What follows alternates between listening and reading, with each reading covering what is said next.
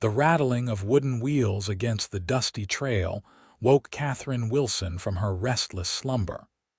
Her knuckles whitened as she gripped the edge of the stagecoach seat, heart pounding with each jolt and bounce. April 1878 marked the beginning of her new life, or so she had believed when she boarded the eastbound train from Boston 3 weeks ago. Now, as the vast expanse of Montana territory sprawled before her, Katherine wondered if she had made the gravest mistake of her 22 years. "Not much farther to Victor now, miss," the driver called down, his voice barely audible over the creak of leather and wood. "Another hour, I reckon." Katherine nodded, though he couldn't see her. Her correspondence with Mr. Harold Fleming had been cordial if sparse. 6 letters exchanged over 4 months had culminated in a marriage proposal and a one-way ticket west. She smoothed the wrinkles from her travel-worn blue dress, acutely aware that its hem stopped several inches short of her ankles, a perpetual reminder of her uncommon height. At 5 feet 11 inches, Katherine towered over most women and even some men. Back in Boston, this physical trait had earned her ridicule, whispers, and ultimately, spinsterhood. No proper gentleman wanted a wife who could look him directly in the eye. At 22, Katherine had resigned herself to a life of teaching at the girls' school where she had once been a student. Then came the advertisement. Hard-working Montana rancher seeks educated, God-fearing woman of good character for matrimony. The coach hit a particularly deep rut, sending Katherine's hat box tumbling to the floor. As she bent to retrieve it, she caught her own reflection in the small hand mirror that had fallen out. Hazel eyes stared back, framed by thick chestnut hair that refused to stay properly pinned. Would Harold Fleming find her too tall, too plain, too? Much an hour later, the stagecoach rolled into Victor, Montana. Katherine peered through the dusty window at the single main street lined with wooden buildings. A general store, a saloon, a small church, and various other establishments comprised what would now be her home. "Victor Station," the driver announced, bringing the coach to a halt in front of a small wooden building with a weathered sign. Katherine gathered her belongings with trembling hands. This was it. Harold had promised to meet her here. She allowed the driver to help her down, wincing as her boots hit the hard, packed dirt. After weeks of travel, her body ached for a real bed and a proper bath. "You must be Miss Wilson," a balding man in a worn suit approached, extending his hand. "I'm Mervyn Parker, town mayor. Mr. Fleming asked me to meet you." Katherine's stomach dropped. "Mr. Fleming isn't coming himself." Mayor Parker's expression shifted uncomfortably. "Well, you see, there's been a situation. Perhaps we should discuss this at my office." Clutching her carpetbag, Katherine followed the mayor down the dusty street, suddenly conscious of the stares from townspeople. Was it her height, her Eastern clothes, or something else entirely? The mayor's office was a small room attached to the general store. He gestured for Katherine to take a seat before settling behind his desk with a sigh. "Miss Wilson, I'm afraid I have some unfortunate news. Mr. Fleming has reconsidered his proposal of marriage." The words hung in the air like a physical weight. Reconsidered. Katherine repeated, her voice barely above a whisper. "Yes, well." Mayor Parker cleared his throat. "When your last letter mentioned your height, he became concerned. He didn't realize you were quite so tall." Heat flooded Katherine's face. 6 letters, and all it took was the mention of her height in the final one to unravel everything. She had been honest, feeling it dishonorable to arrive under false pretenses.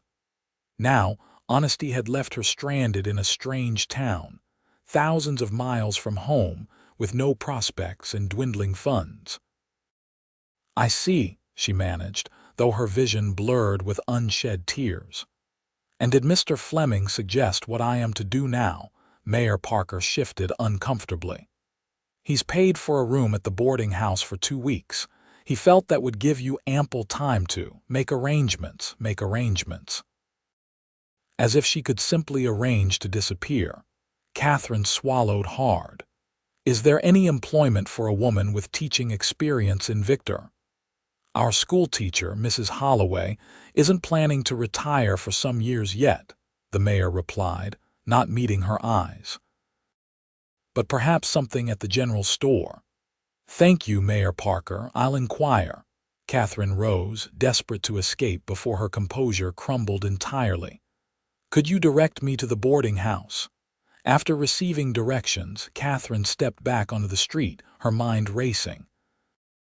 2 weeks. 14 days to either secure employment or passage back east with funds that wouldn't cover half the journey home. As she turned toward the boarding house, her heel caught in a rut, sending her stumbling forward. Strong hands caught her before she hit the ground, steadying her with surprising gentleness. Katherine looked up to find herself staring directly into the bluest eyes she'd ever seen. "Careful there," said a deep voice. "These streets can be treacherous after the spring rains." The man before her was taller than Katherine by at least 4 inches, with broad shoulders and sun-bronzed skin. A cowboy hat sat atop dark hair that curled slightly at the nape of his neck. His face, though weathered, suggested he was no more than 30 years of age. "Thank you," Katherine said, pulling away and straightening her skirts. "I'm afraid I'm not accustomed to such rustic thoroughfares." A smile tugged at the corner of his mouth. "You must be the mail-order bride. Fleming's a fool." Heat rose to Katherine's cheeks. "Word travels quickly in Victor, it seems." "Small towns run on gossip and whiskey, madam." He tipped his hat. "Quinn Ryder. I ranch about 5 miles outside town." "Katherine Wilson," she replied stiffly. "Though I suppose I'm no longer anyone's bride-to-be." Quinn Ryder studied her for a moment, his expression unreadable. "Fleming's still a fool," he said finally. "Need help with your bags to Widow Simmons' place?" "I can manage," Katherine answered, hefting her carpet-bag. Her trunk would follow from the stage station. "Suit yourself," Quinn shrugged. "But if you're looking for work, I might have something." Katherine paused. "What sort of something?" "My sister left me with 2 young ones when she passed last winter. Boys 7, girls 5. They need schooling, and I'm not much for letters myself. Room, board, and fair wages for a few hours teaching each day." Hope flickered briefly before Katherine squashed it. "I don't think on it," Quinn interrupted. "I'll be in town till sundown, taking supplies back to the ranch." With another tip of his hat, he continued down the street toward the general store. Katherine watched him go, conflicted. Employment would be salvation, but living alone with a single man, children or not, would ruin whatever reputation she might build in this town. Still, options were scarce, and 2 weeks would pass quickly. The boarding house proved to be a tidy 2-story structure run by a stern-faced woman who introduced herself as Widow Simmons. She showed Katherine to a small room on the 2nd floor, explaining the rules in crisp, no-nonsense terms. Breakfast at 6, dinner at noon, supper at 6 in the evening. No gentlemen callers in rooms, no liquor on the premises. Laundry day is Monday. The widow paused. Mr. Fleming paid through the 15th. After that, it's $2 a week in advance. Thank you, Mrs. Simmons, I understand. Katherine set her carpetbag on the narrow bed. Is there somewhere I might freshen up? Washrooms down the hall. Bath day is Saturday for the ladies, unless you pay extra. With that, the widow departed, leaving Katherine alone with her thoughts. After washing her face and changing into her second-best dress, a moss-green affair that at least covered her ankles properly, Katherine ventured out to explore Victor and seek employment. The general store had no positions available. Neither did the small dress shop run by Mrs. Gardner, who looked Katherine up and down and declared she had nothing to fit a woman of your proportions anyway. The saloon was out of the question for a respectable woman, and the small newspaper office needed no assistance. By late afternoon, Katherine found herself sitting on a bench outside the church, fighting despair. Her life savings amounted to $43.18, not enough for passage home, and rapidly dwindling with each meal and night of lodging. Pride had sustained her throughout the day, but now, alone, she allowed a single tear to track down her cheek. "Don't seem to me like Fleming's worth those tears." Katherine startled. Quinn Ryder stood a few feet away, his wagon loaded with supplies. She hastily wiped her cheek. "Mr. Fleming isn't the cause of my distress, Mr. Ryder. Rather, it's the lack of employment prospects in your charming town." Quinn leaned against a hitching post. "Offer still stands. Children need teaching. House needs looking after. It wouldn't be proper. There's a cabin. Used to be the foreman's before I had to let most hands go after the winter losses. It's small but sound, 50 yards from the main house. Proper enough for anyone with sense." Katherine considered this. "The children, what are their names?" "James and Emma." "Good kids, just lost." Something flickered in Quinn's eyes, grief, perhaps, or something deeper. "Their ma, my sister Abigail, taught them some, but they need more than I can give them." "Why me? Surely there are women in town who could teach your niece and nephew." Quinn's mouth quirked in a half-smile. "None that would take to ranch life, and none tall enough to reach my top shelves without a ladder." Despite herself, Katherine laughed a short, surprised sound. "Are your shelves the primary consideration in your choice of governess, Mr. Ryder?" "Among other qualities. Education. Good sense." His blue eyes held her steadily. "Courage enough to travel across the country to marry a stranger."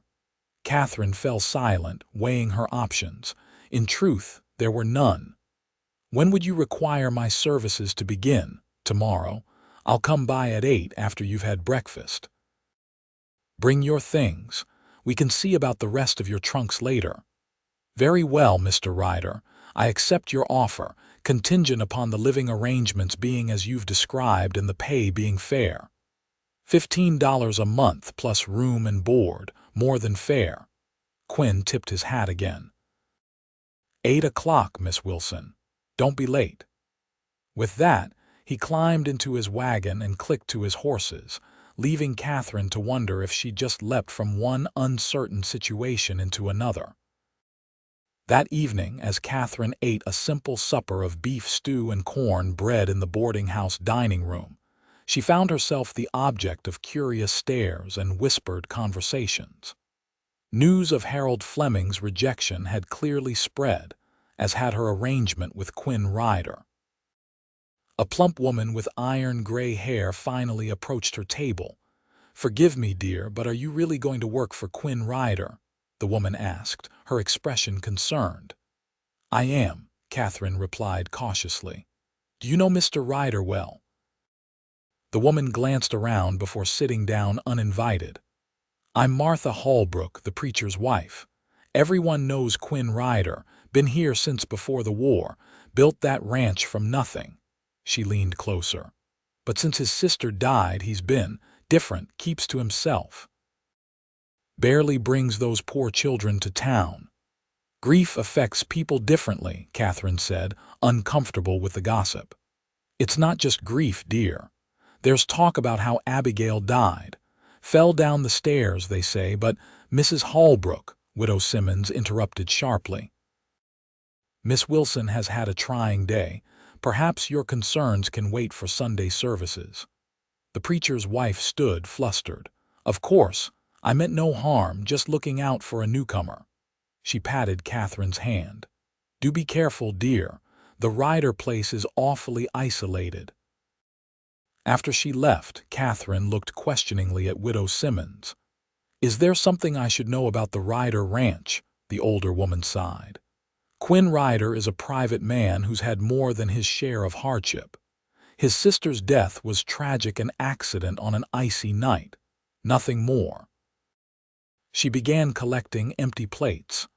People talk when they have nothing better to do, and the children need a woman's care. Quinn does his best, but she shrugged. If you've got teaching skills and a kind heart, those young ones will be better for it.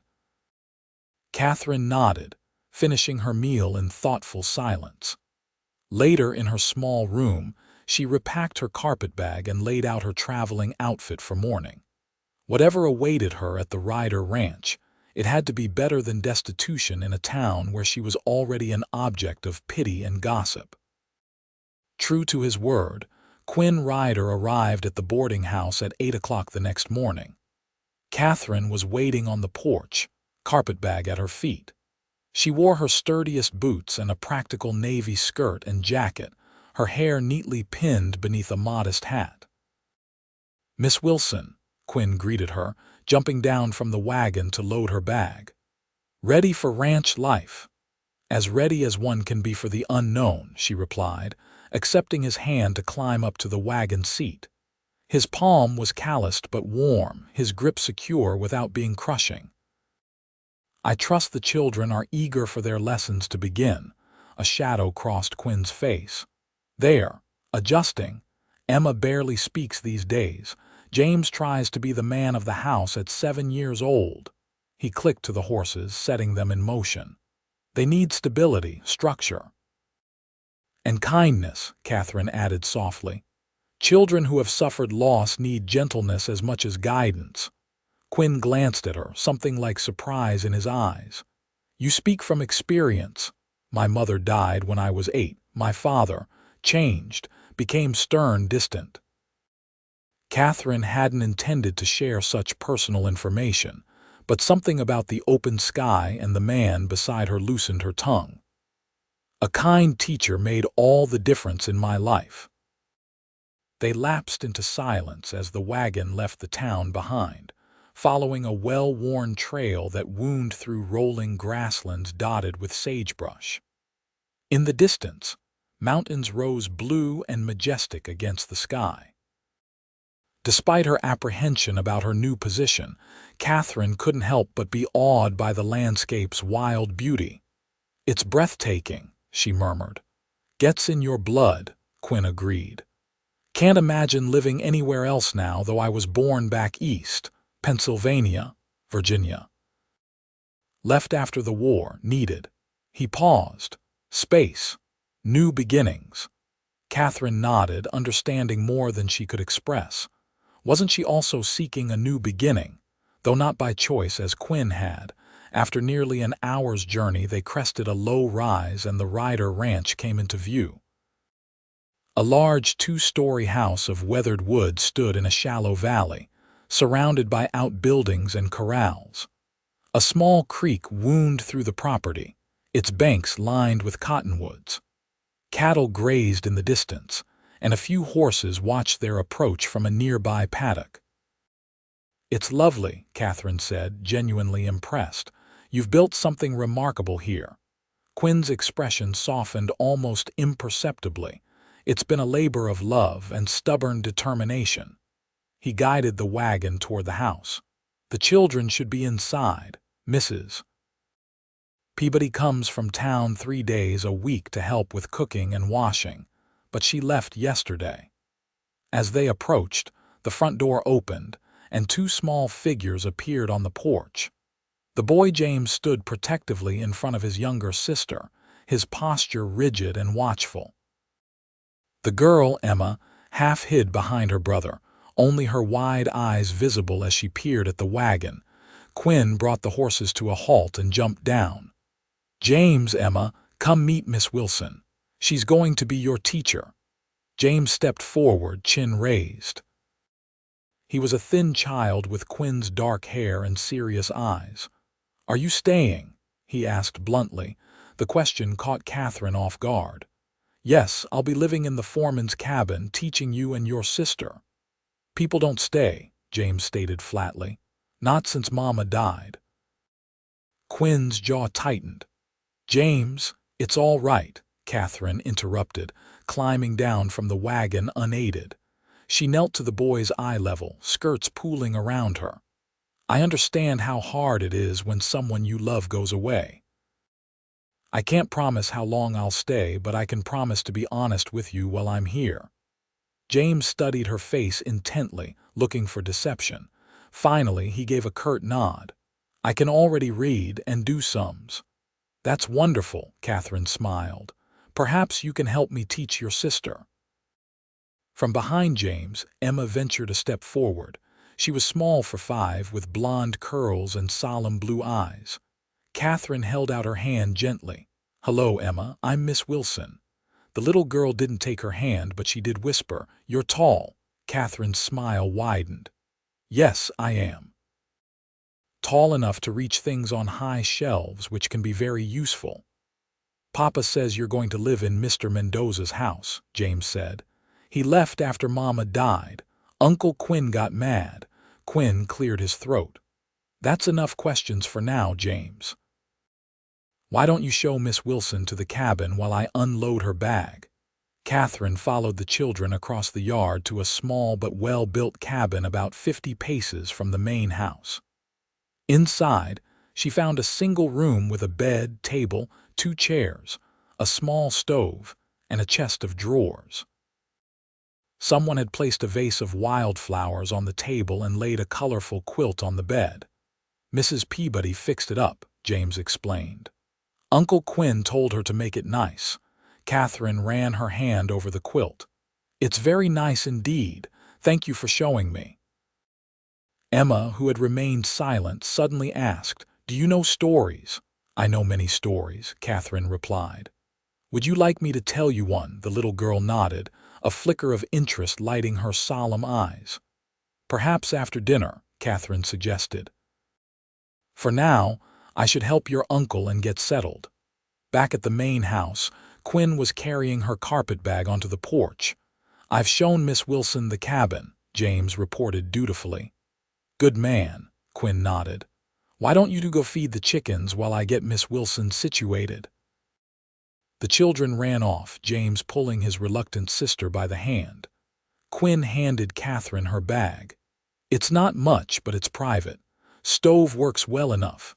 Outhouse is behind, and there's a pump for water. Bath day is whenever you heat enough water."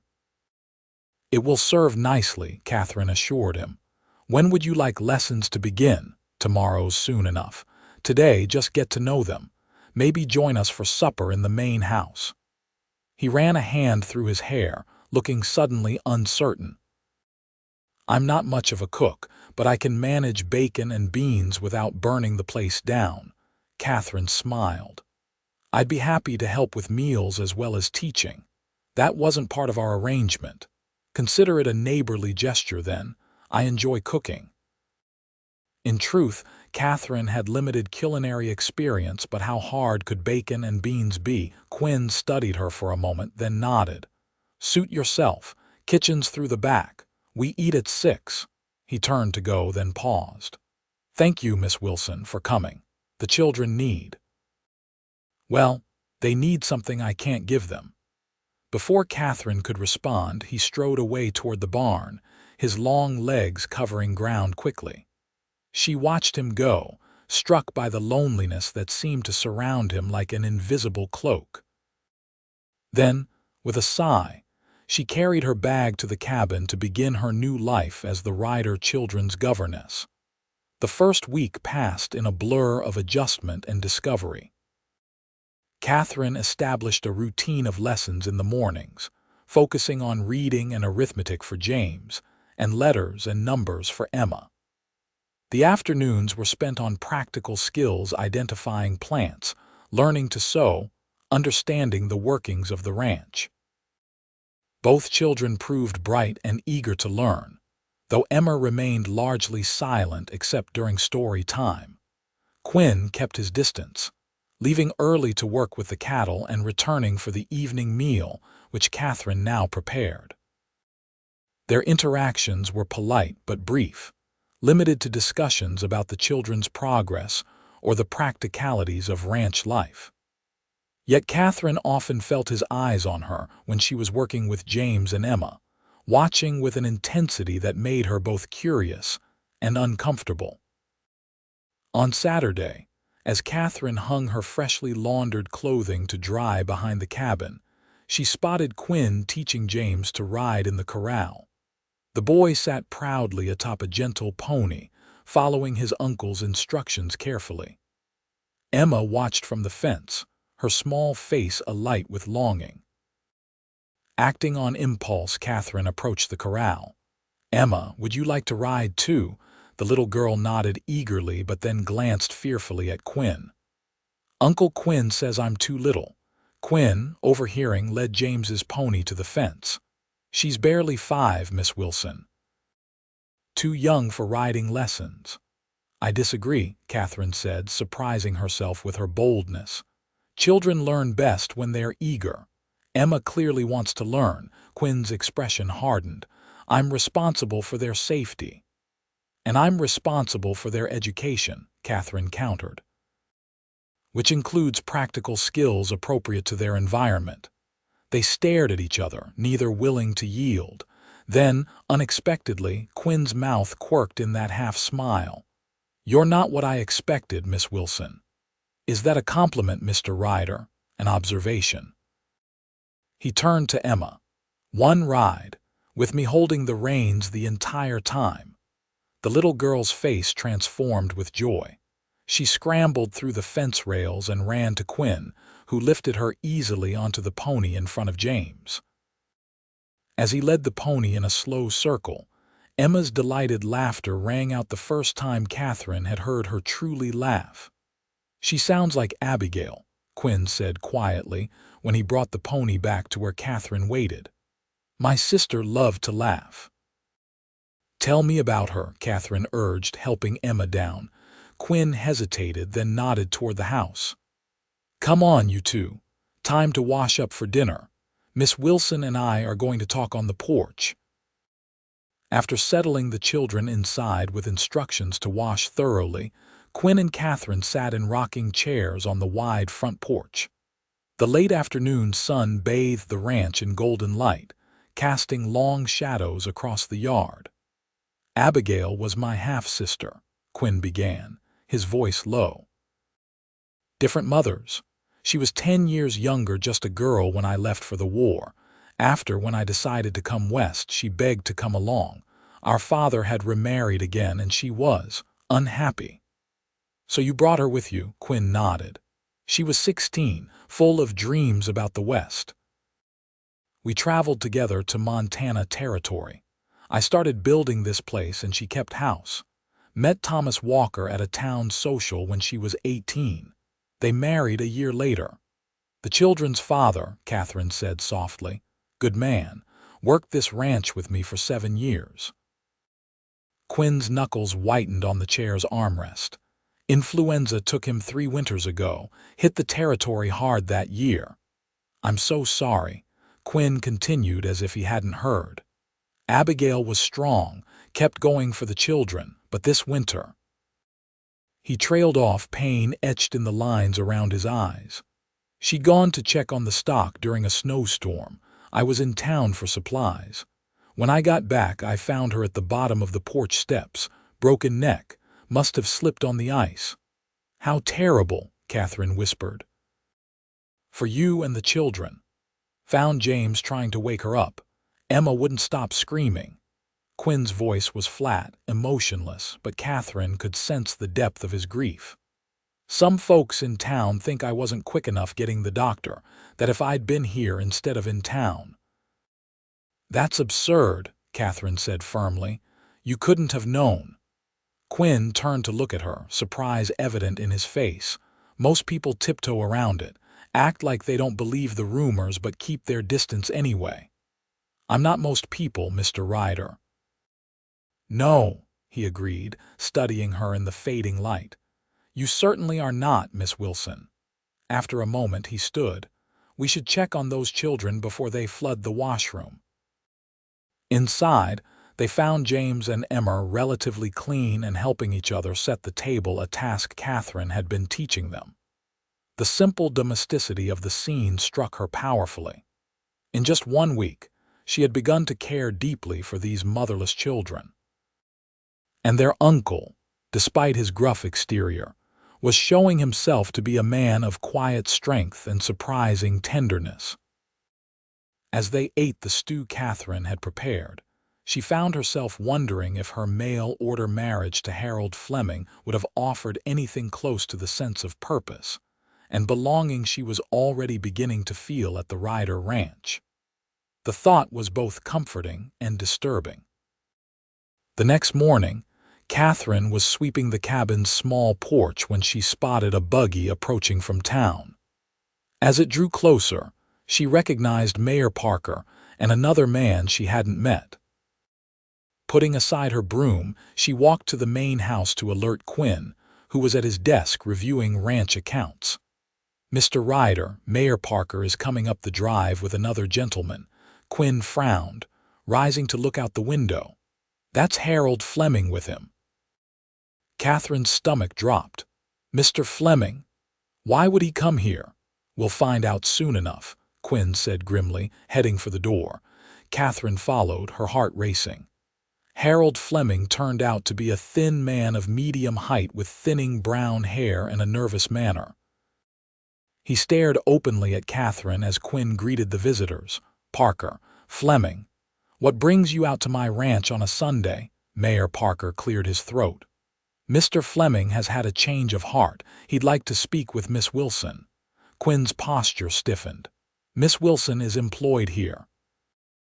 Any business with her can be conducted in my presence." "Really, Ryder, this is between Miss Wilson and her fiancé," the mayor protested. "Ex-fiancé," Katherine corrected, finding her voice. "Mr. Fleming made his position quite clear upon my arrival." Fleming stepped forward, twisting his hat in his hands. "I acted hastily, Miss Wilson. When you mentioned your height in your letter, I made assumptions. But seeing you now, I realize you're a handsome woman. Tall, yes, but well-proportioned." Katherine felt heat rise to her cheeks from anger rather than embarrassment. "How flattering, Mr. Fleming. You find me acceptable upon visual inspection." "I'm offering to honor our agreement," Fleming continued, oblivious to her tone. "You can still be my wife. I've even prepared the house with a larger bed to accommodate your stature." Quinn made a sound suspiciously like a suppressed laugh, which he covered with a cough. Katherine shot him a glare before turning back to Fleming. "Mr. Fleming, while I appreciate your reconsideration, I have accepted employment with Mr. Ryder. I have responsibilities to his niece and nephew that I take seriously." Fleming's expression soured. "Responsibilities? To children who aren't even yours?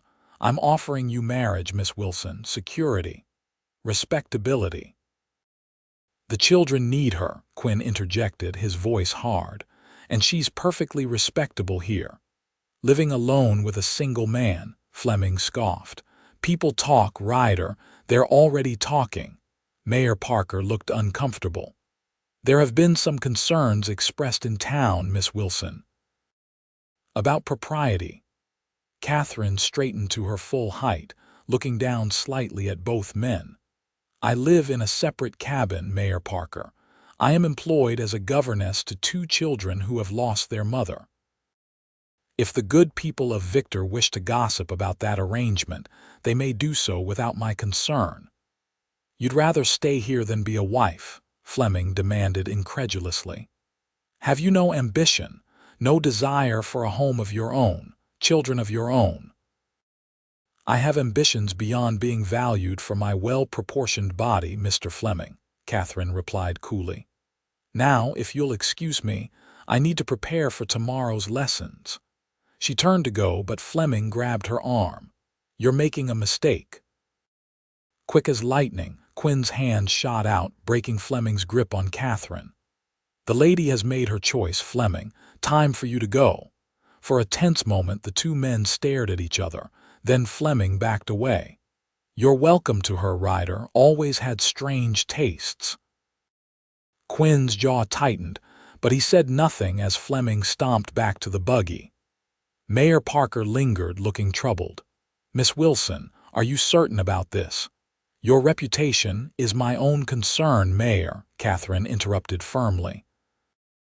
"Thank you for your consideration, but I am quite content with my decision." After the buggy departed, Quinn and Katherine stood in silence, watching the dust settle on the drive. Finally, Quinn spoke. "You didn't have to refuse him. Being a wife is more secure than being a governess." Katherine turned to him, surprised. "Are you trying to be rid of me, Mr. Ryder?" "No." The force of his response seemed to surprise even him. More calmly, he added, "The children are attached to you already, but a woman naturally wants her own home, her own family." "What I want," Katherine said carefully, "is to be valued for who I am, not despite it. Mr. Fleming made it abundantly clear that he sees me as an oddity he's willing to tolerate for the sake of having a wife." Quinn studied her face. "And what do you see when you look at me, Miss Wilson?" The question caught her off guard. What did she see? A grieving man doing his best for his sister's children, a hard-working rancher building something meaningful, a man whose blue eyes sometimes held such sadness it made her heart ache. "I see someone who knows the value of things that matter," she answered honestly. "Family, hard work, keeping your word." Something shifted in Quinn's expression, a softening around the eyes, a slight relaxation of his perpetually tense shoulders. "The children and I would be grateful if you stayed, Miss Wilson." "Katherine," she said impulsively. "When we're not in front of the children, perhaps you could call me Katherine." "Katherine," he repeated, as if testing the feel of it on his tongue. "Then you should call me Quinn." They stood looking at each other, something new and fragile forming in the space between them. Then Emma's voice called from inside the house, breaking the moment.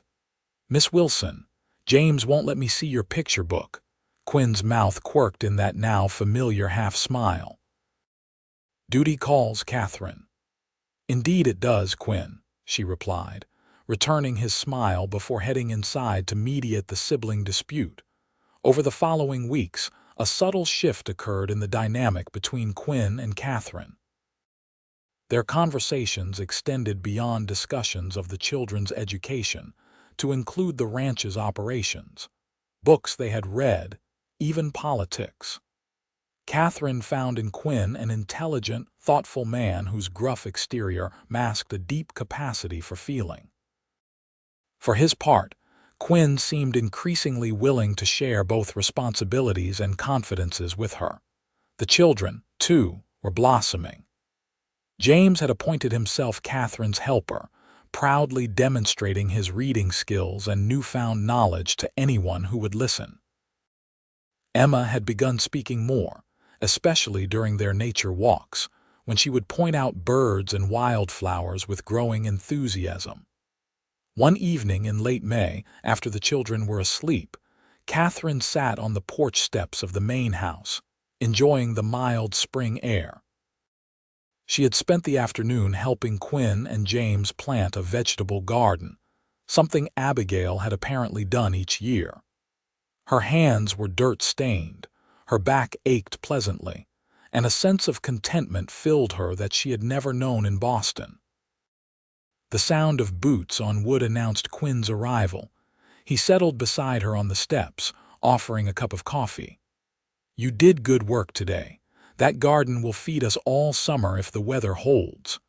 The children enjoyed it, Katherine smiled, accepting the cup.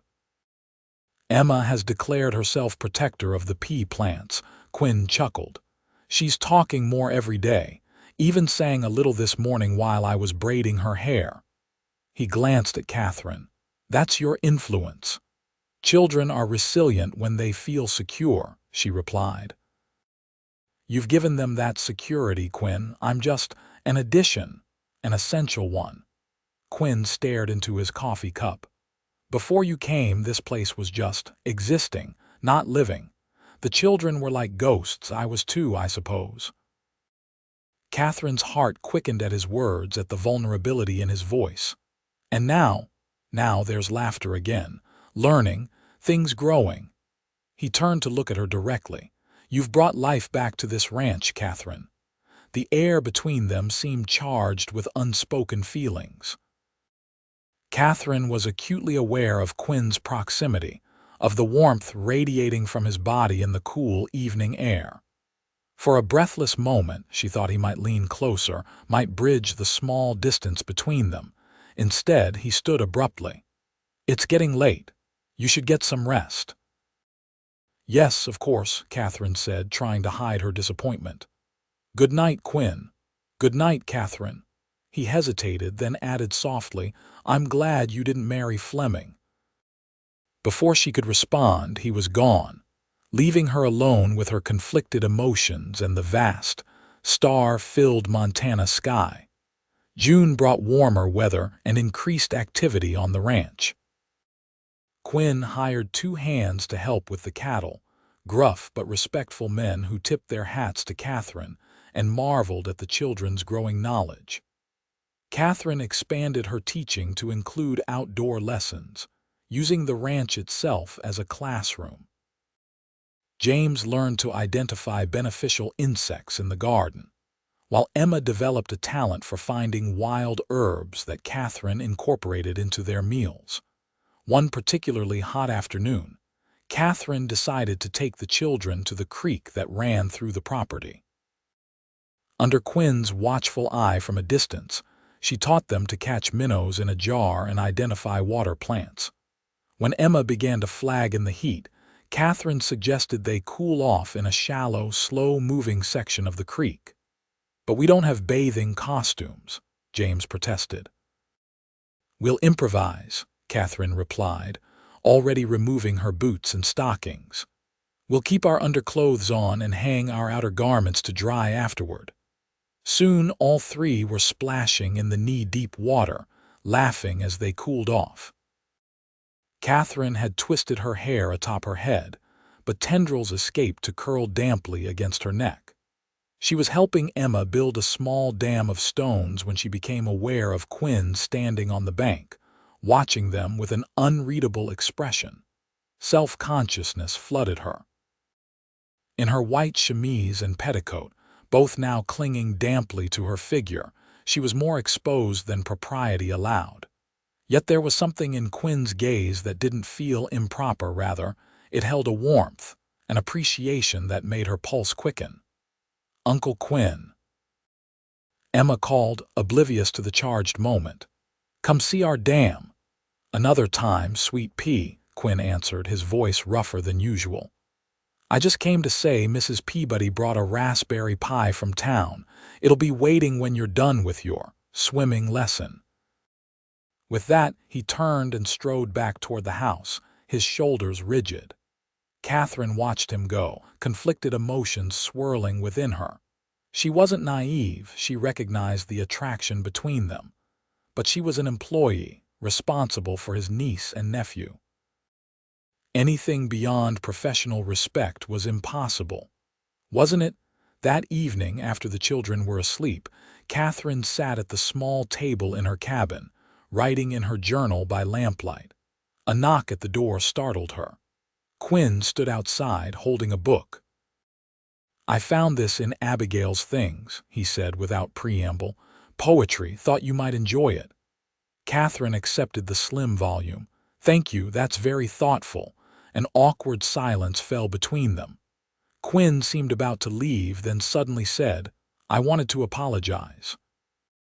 For this afternoon. I shouldn't have stayed watching you like that. It wasn't gentlemanly. Katherine felt heat rise to her cheeks. No apology needed. We were in a public area of your property. Still. Quinn ran a hand through his hair, a gesture she had come to recognize as a sign of his discomfort. I don't want you to feel uncomfortable here. I don't, she assured him honestly. Quite the opposite. His eyes met hers, holding for a long moment. Katherine, whatever he had been about to say was interrupted by a frightened cry from the main house. Both turned immediately toward the sound. Emma, Quinn said, already moving. Nightmares.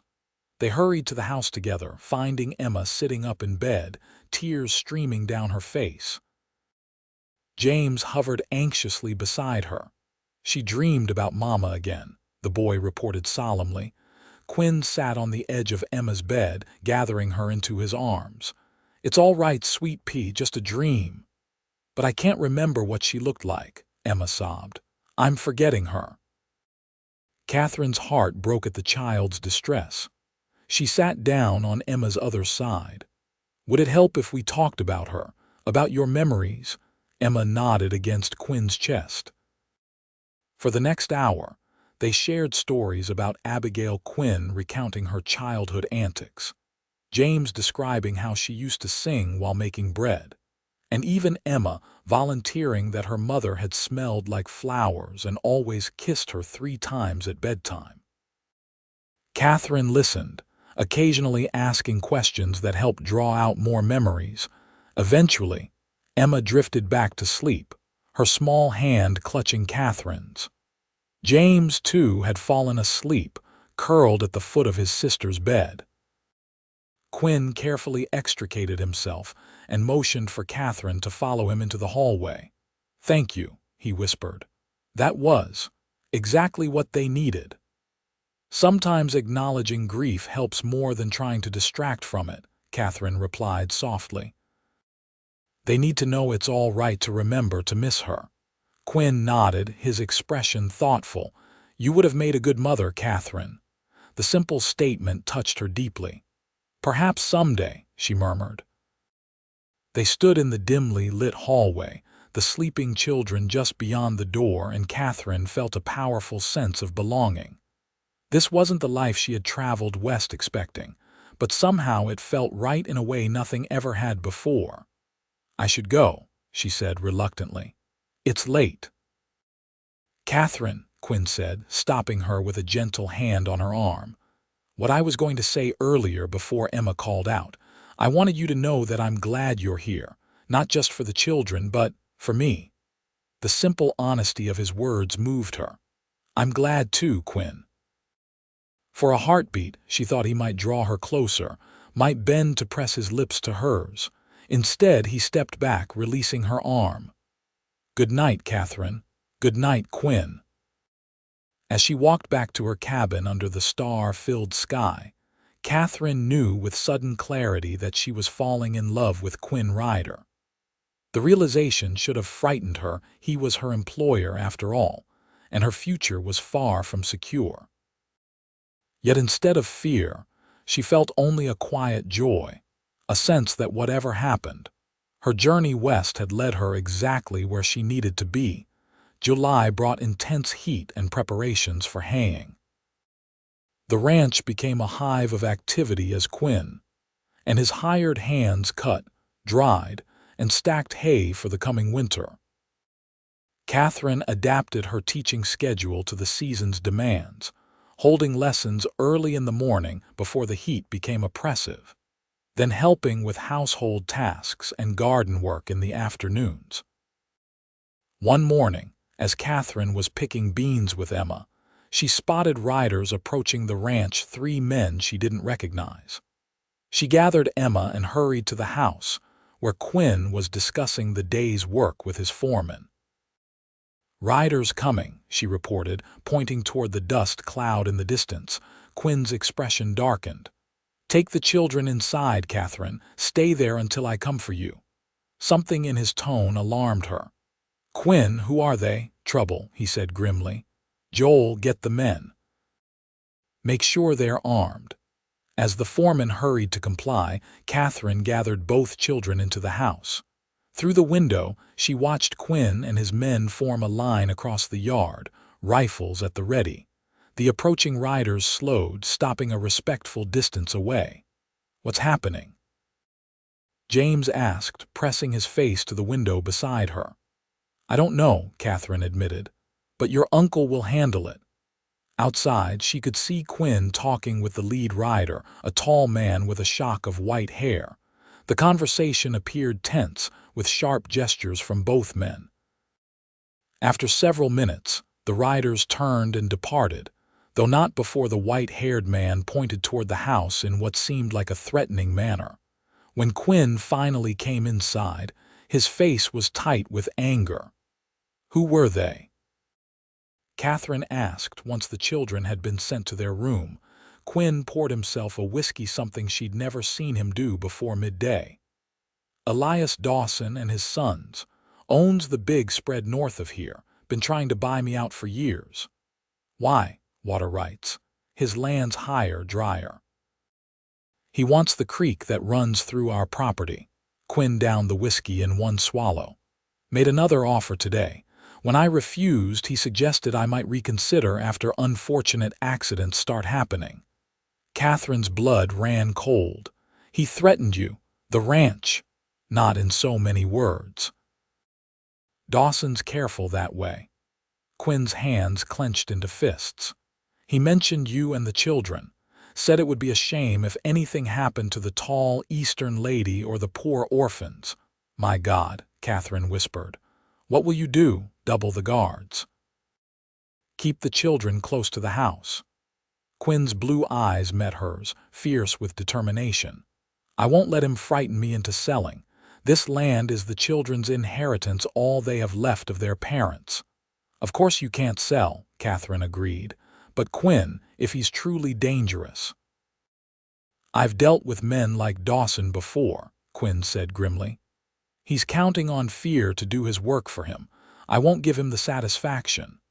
Over the following days, a tense atmosphere settled over the ranch. Quinn assigned one of the hands to stay near the house at all times, and he himself began carrying a revolver openly on his hip. Katherine kept the children close, limiting their outdoor activities to the immediate vicinity of the house and cabin. A week after Dawson's visit, Katherine woke in the night to the smell of smoke. Rushing outside in her nightdress, she saw flames leaping from the hay barn. Quinn and his men were already forming a bucket line from the water trough, fighting desperately to keep the fire from spreading to other buildings. Without hesitation, Katherine ran to help, taking a position in the line between the ranch cook and one of the younger hands. For hours they worked, passing buckets until her arms felt leaden and her nightdress was soaked with water and sweat. By dawn, they had saved the other outbuildings, but the hay barn was a smoldering ruin. "Could have been an accident," the foreman said doubtfully as they surveyed the damage. "Spontaneous combustion happens with wet hay." "It wasn't an accident," Quinn replied, his voice hard. "The hay was properly dried, and look here." He pointed to a patch of ground where the grass had been crushed. "Someone was watching from those trees. Probably waited until the fire took hold before riding off." Katherine, wrapped in a blanket someone had draped around her shoulders, felt a chill that had nothing to do with her damp clothing. "The children," she said suddenly. "I need to check on them." She hurried to the house, finding James and Emma huddled together in James's bed. "Is Uncle Quinn all right?" the boy asked immediately. "We saw the fire from the window." "He's fine," Katherine assured them, sitting on the edge of the bed. "The hay barn is lost, but everyone is safe and the other buildings were saved." "Was it the bad men?" Emma asked in a small voice. "The ones who came before," Katherine hesitated, unsure how to answer. She was saved by Quinn's arrival at the bedroom door.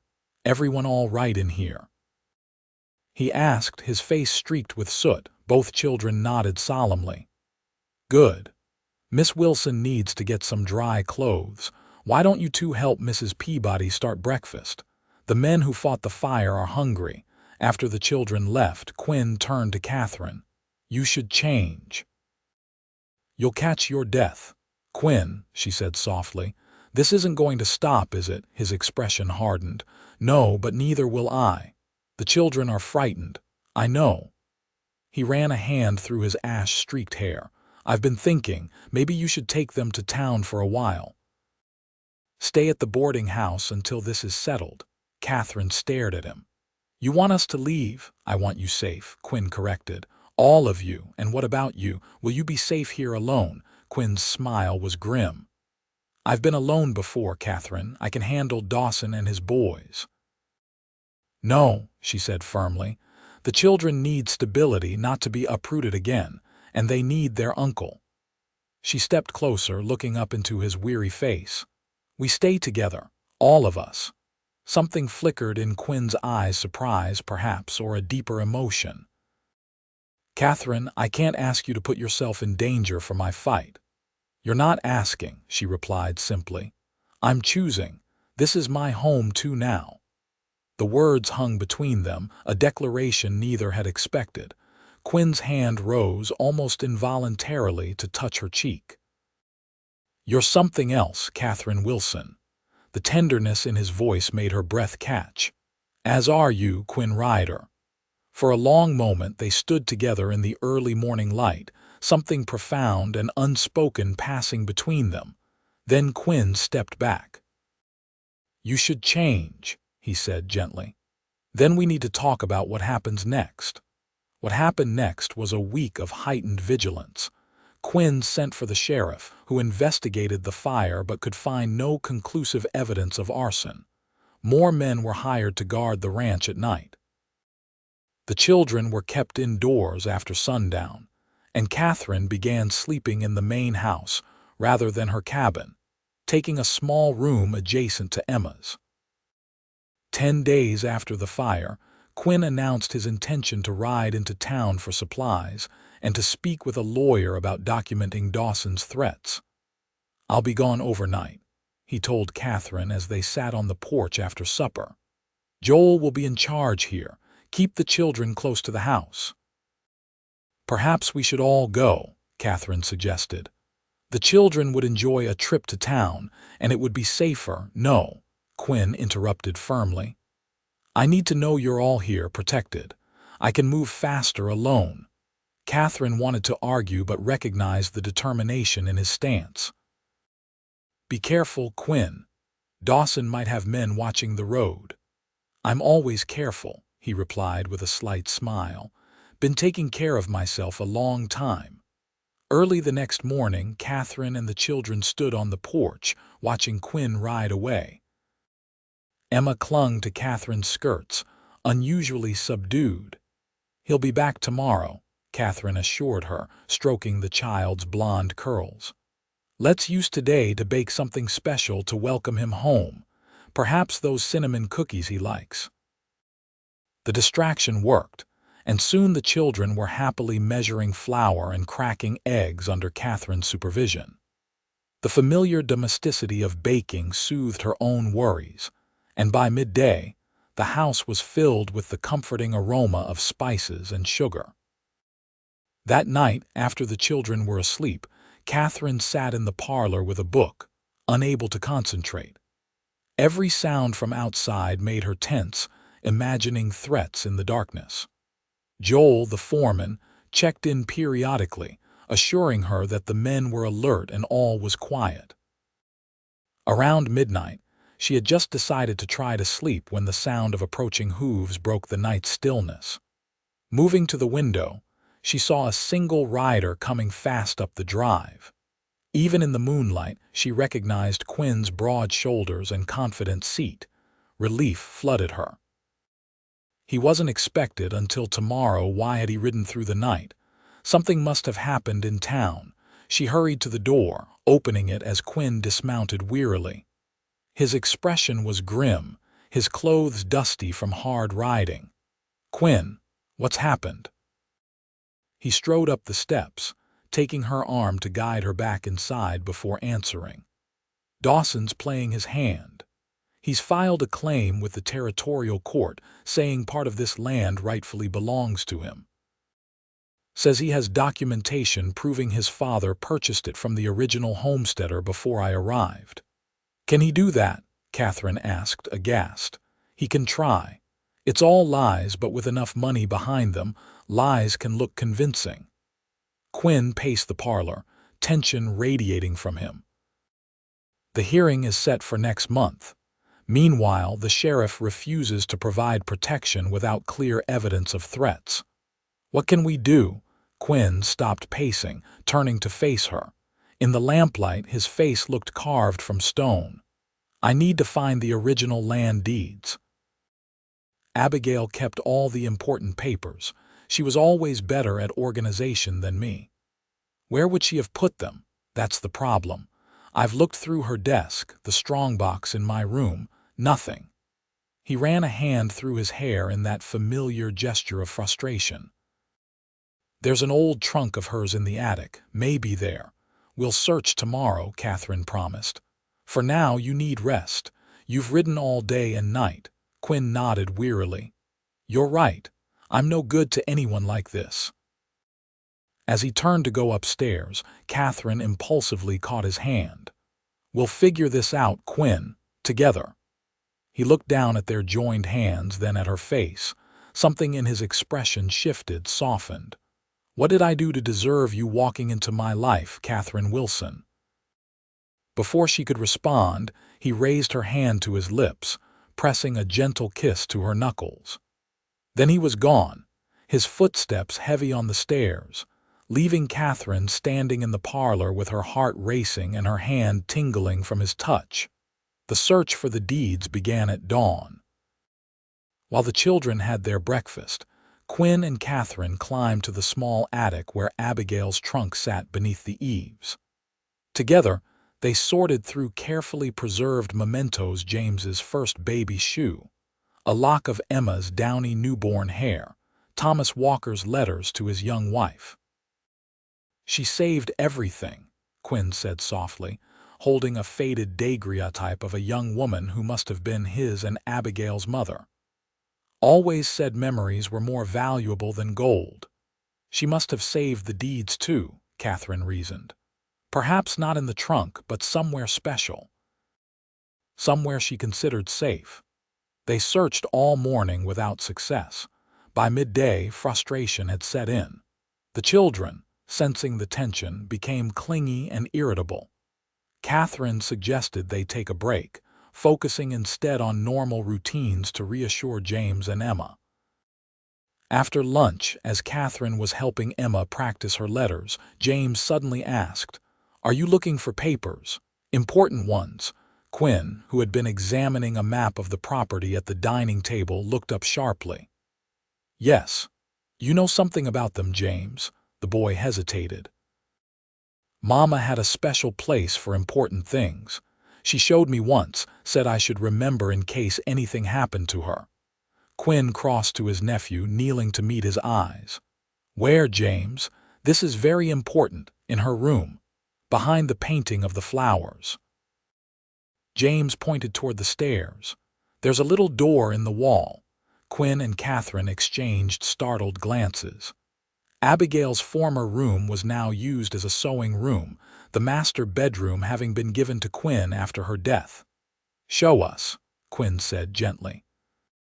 James led them upstairs to the sewing room, where a small watercolor of wildflowers hung on the west wall.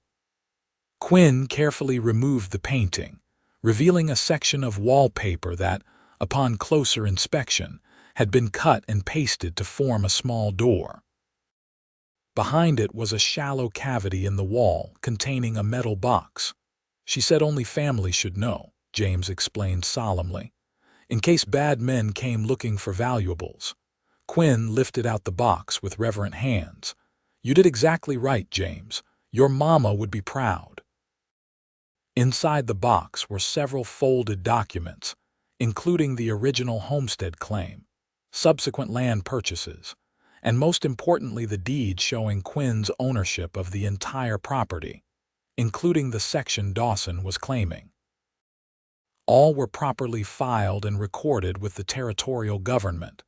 "This is everything we need," Quinn said, relief evident in his voice. "Dawson won't be able to challenge these documents." Katherine hugged James impulsively. "You've saved the ranch, James. You're a hero." The boy beamed at the praise, standing a little taller. "Mama said I had to protect Emma and the ranch if anything happened." I remembered. That evening, as the children played checkers in the parlor, Quinn and Katherine sat on the porch, watching the sun set over the mountains.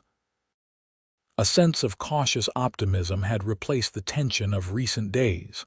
"I'll take these to my lawyer tomorrow," Quinn said, patting the packet of documents beside him. "With these, Dawson's case will collapse." "Will that be the end of it?" Katherine asked. "Or will he try something else?" Quinn's expression grew thoughtful. "Men like Dawson don't give up easily, but without legal grounds to challenge our ownership, his options narrow. He'd have to resort to outright violence, and even he's not foolish enough for that." "I hope you're right," Katherine murmured. They sat in companionable silence for a time, the evening air cooling around them. Finally, Quinn spoke again, his voice low and serious. "Katherine, I've been thinking about your position here." Her heart sank. Now that the immediate danger seemed to be passing, was he reconsidering her employment? "Yes, your contract was for teaching the children, but you've become so much more than that to them, to all of us." Quinn turned to face her, his blue eyes intent. "I don't want you to feel obligated to stay if you have other ambitions, other dreams." "Are you asking if I want to leave?" Katherine asked carefully. "No," Quinn said quickly. "God, no, I'm asking what you want for your future." Katherine considered the question seriously. When she'd come west, she'd wanted security, respectability, perhaps eventually affection in a marriage arranged through correspondence. What did she want now? "I want to belong," she said finally. "To make a difference in these children's lives, to build something meaningful." She met his gaze steadily. "I want to stay, Quinn."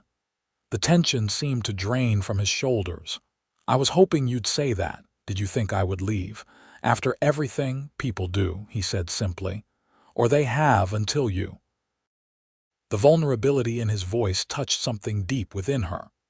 Katherine reached out, placing her hand over his where it rested on the porch railing. "I'm not leaving, Quinn. Not unless you ask me to go." His hand turned beneath hers, fingers intertwining. "Then you'll be here a very long time, Katherine Wilson, because I can't imagine this place or my life without you in it anymore." The admission hung between them, honest and unadorned. Katherine felt as though they stood on the edge of something profound, something life-changing. Quinn's eyes dropped to her lips, and he leaned forward slightly. A crash from inside the house shattered the moment. They both jumped up to find James standing shamefaced beside an overturned lamp, thankfully unbroken and unlit. "I was trying to light it myself," the boy admitted. "Like a man would." Quinn laughed, the tension dissolving. "Well, young man, how about I show you the proper way? Then tomorrow we can talk about other manly skills you might be ready to learn." As Quinn guided James through the process of safely lighting the lamp, Katherine watched them together, her heart full. Whatever was developing between her and Quinn would unfold in its own time. For now, this sense of family, of belonging, was more than she had ever dared hope for when she stepped off that stagecoach in Victor 3 months ago. August brought resolution to the land dispute. Quinn's documents proved irrefutable, and Dawson's case was dismissed by the territorial judge. The white-haired rancher retreated, though not without muttered threats that most in town dismissed as empty bluster.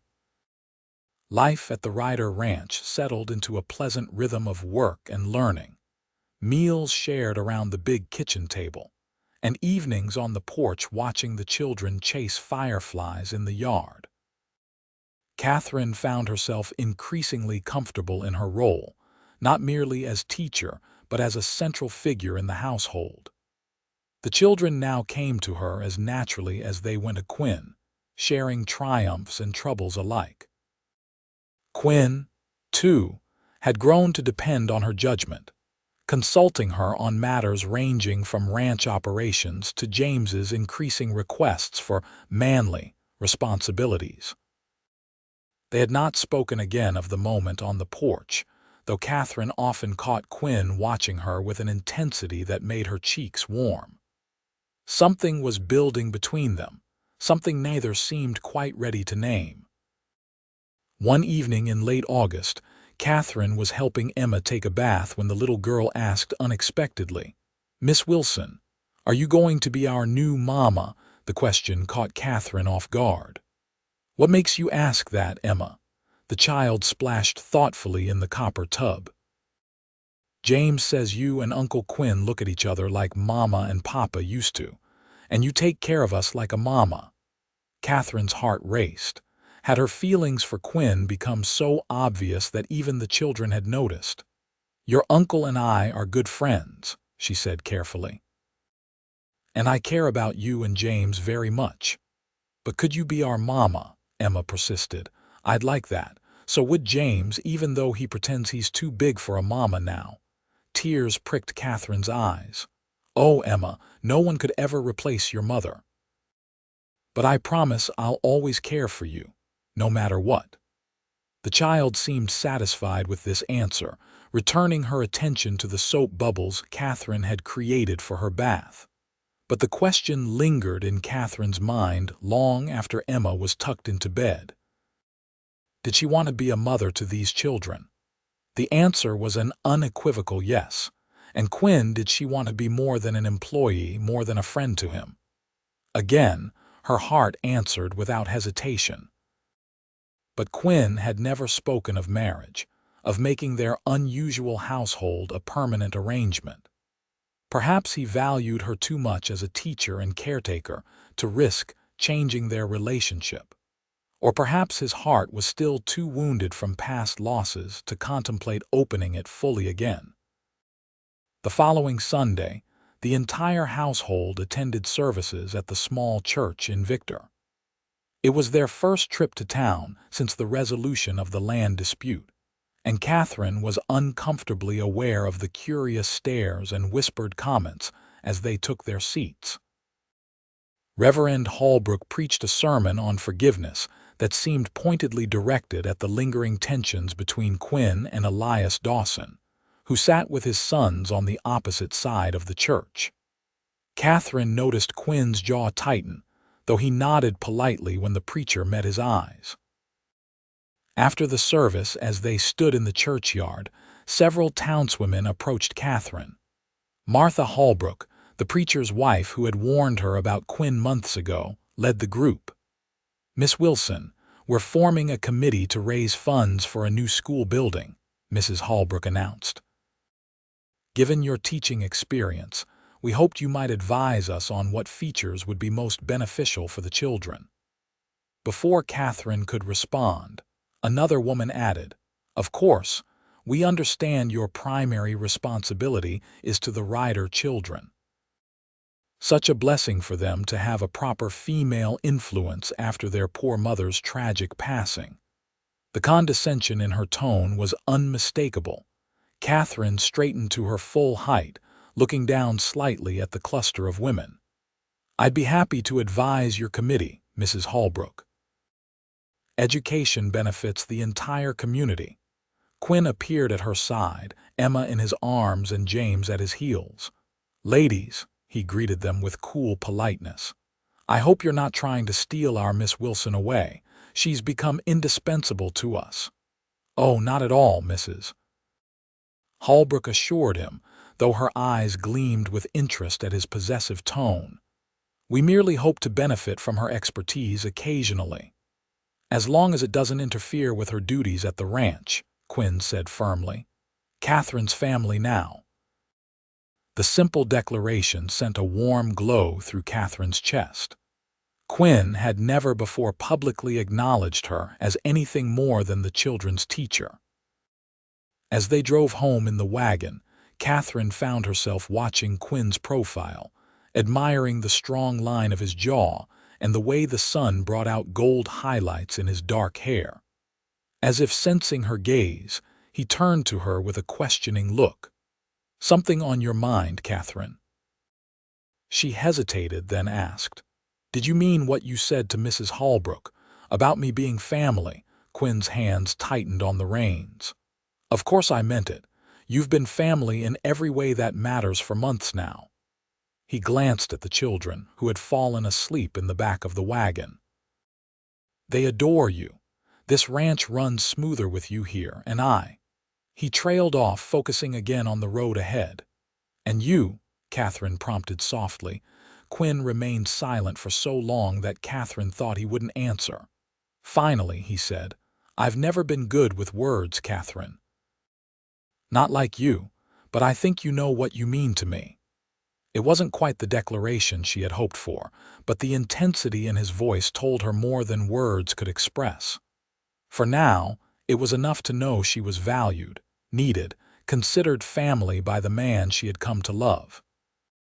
September brought the first hints of autumn to the Montana landscape. The days remained warm, but the nights carried a chill that spoke of the coming winter. Katherine expanded the children's lessons to include practical skills they would need in the colder months: knitting for Emma, basic carpentry for James under Quinn's supervision. One crisp Saturday morning, Quinn announced a special outing. "Time you all saw more of the ranch than just the house and yard," he declared over breakfast. "I've packed a lunch. We'll take the wagon up to the high meadow." The children greeted this news with enthusiasm, and soon they were bouncing along a rutted trail that wound through stands of aspen, their leaves just beginning to turn gold. Katherine sat beside Quinn on the wagon seat, enjoying the crisp air and the children's excited chatter from the back. "This is my favorite part of the property," Quinn told her as they climbed higher. "Abigail loved it too. We used to bring the children up here every fall to see the colors change." "It's a beautiful tradition to continue," Katherine said warmly. Quinn glanced at her. "I wasn't sure if it might be too painful for them to do things that remind them of her." "On the contrary," Katherine assured him. "Happy memories are a gift. They need to know it's all right to remember the joy, not just the loss." The high meadow proved to be a natural bowl surrounded by aspens and pines, with a breathtaking view of the mountains beyond. A small spring bubbled from rocks at one end, forming a clear pool before continuing downhill as a stream. Quinn spread a blanket in the shade of a massive pine, and they enjoyed a picnic lunch of cold chicken, biscuits, and apple pie that Katherine had baked the previous day. After eating, the children explored the meadow, collecting colorful leaves and interesting stones under Katherine's watchful eye. Quinn sat against the pine trunk, watching them with evident contentment. "This is how it should be," he said softly. "The children happy, safe, the ranch prospering again." "You've built something remarkable here, Quinn," Katherine said, settling beside him on the blanket.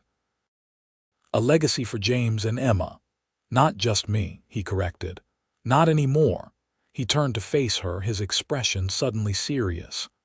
"Katherine, there's something I've been wanting to ask you, something I've been thinking about for a while now." Her heart quickened.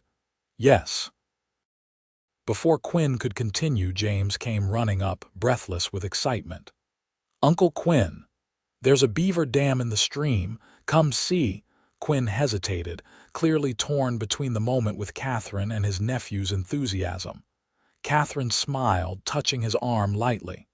"Go," she said. "We can talk later." With a look that promised they would indeed finish their conversation, Quinn allowed James to pull him toward the stream. Katherine watched them go, hope blossoming in her chest. Had he been about to propose? The thought both thrilled and terrified her. That evening, after returning from their outing and settling the tired children into bed, Katherine lingered on the porch, waiting. Sure enough, Quinn soon joined her, 2 cups of coffee in hand. "Beautiful night," he remarked, handing her a cup. "Yes," she agreed, looking up at the star-filled sky. "I never knew there could be so many stars. In Boston, the city lights obscure most of them." "One of the things I love about Montana," Quinn said, "makes a man feel both small and significant at the same time." He cleared his throat. "Katherine, about what I was going to say earlier," the sound of approaching horses interrupted him. Both turned to see two riders coming fast up the drive, the foreman Joel and one of the hands. "Mr. Ryder," Joel called, dismounting in a rush. "Fire at the north pasture fence line." "Looks deliberate." Quinn was instantly alert, setting down his coffee. "How bad?" "Caught it early. Men are fighting it now, but we need more hands." "I'll get my horse," Quinn said grimly. He turned to Katherine. "Stay with the children, bar the doors. Joel, leave Williams here at the house." "Quinn," Katherine caught his arm, "be careful." He covered her hand with his, squeezing gently. "Always, don't wait up, might be a long night." Then he was gone, striding toward the barn with Joel. Katherine watched him go, unease settling in her stomach. Dawson, she thought. It had to be. The land dispute might be legally resolved, but the vindictive rancher clearly wasn't finished with his campaign of intimidation. The night stretched endlessly. Katherine checked on the sleeping children repeatedly, then tried to distract herself with mending. Williams, the young hand left to guard the house, paced the porch restlessly, rifle at the ready. Finally, around midnight, Katherine heard the approach of horses. Relief flooded her as she recognized Quinn's tall form dismounting wearily in the yard. She hurried to the door, opening it before he could knock. "The fire?" she asked immediately. "Contained," Quinn replied, his face and clothes smudged with soot. "Burned about 100 yards of fence line, but we stopped it before it reached the grazing land." "Was it Dawson?" Quinn's expression hardened. "Can't prove it. But yeah, it was set deliberately, multiple starting points." "This has to stop," Katherine said, anger rising within her. "He can't just keep attacking us with impunity." "I've sent for the sheriff," Quinn sighed, removing his hat and running a hand through his hair. "Again, but without witnesses." He shrugged, the gesture conveying his frustration with the limitations of frontier justice. "You need to rest," Katherine said, noticing the exhaustion lining his face. "I've kept coffee hot, and there's stew warming on the stove." Quinn's expression softened. "What would I do without you, Katherine?" The simple question hung in the air between them, weighted with unspoken emotion. Before Katherine could respond, Quinn reached out, drawing her into his arms. She went willingly, fitting against him as if they'd embraced 1,000 times before. "I was so afraid something would happen to you," she whispered against his chest. Quinn's arms tightened around her. "Nothing's going to happen to me, or to you and the children. I promise you that." He drew back slightly, looking down at her with an intensity that made her breath catch. Slowly, giving her time to pull away if she wished, he lowered his head and brushed his lips against hers. "A question. An offering." Katherine answered by rising on her toes to press more firmly against his mouth, her hands sliding up to his shoulders. The kiss deepened, expressing months of unspoken longing and growing affection. When they finally parted, both were breathless. "I've wanted to do that since you stood up to Fleming," Quinn admitted, his voice rough with emotion. Katherine smiled, feeling light-headed with happiness despite the night's troubles. "I've wanted you to do that since you caught me stumbling in the street my first day in Victor." Quinn chuckled, resting his forehead against hers. "We've wasted a lot of time then." "Not wasted," Katherine corrected softly. "We needed time. The children needed time." "And now?" Quinn asked, his blue eyes searching hers. "Now I think we all need each other," she replied simply. Quinn nodded, stepping back reluctantly. "We'll talk tomorrow about everything." "But right now, you need food and rest," Katherine finished for him. "Come inside. Let me take care of you." As she led him to the kitchen, Katherine felt a profound sense of rightness. Whatever Dawson might do, whatever challenges they might face, they would face them together as a family. The sheriff's investigation into the fence line fire proved as fruitless as Katherine had feared.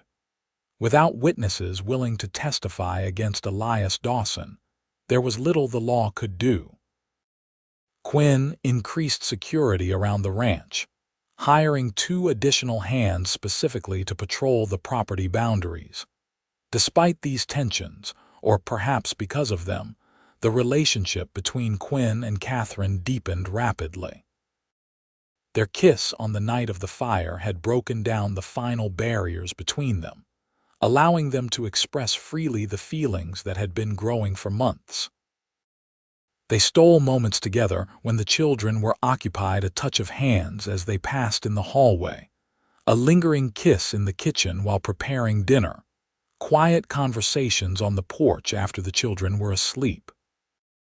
A week after the fire, Quinn asked Katherine to join him for a ride, just the 2 of them. Joel's wife agreed to watch the children for the afternoon, and they set off on horseback, following the creek that wound through the property. "There's something I want to show you," Quinn said, leading her toward a rise crowned with a stand of pines.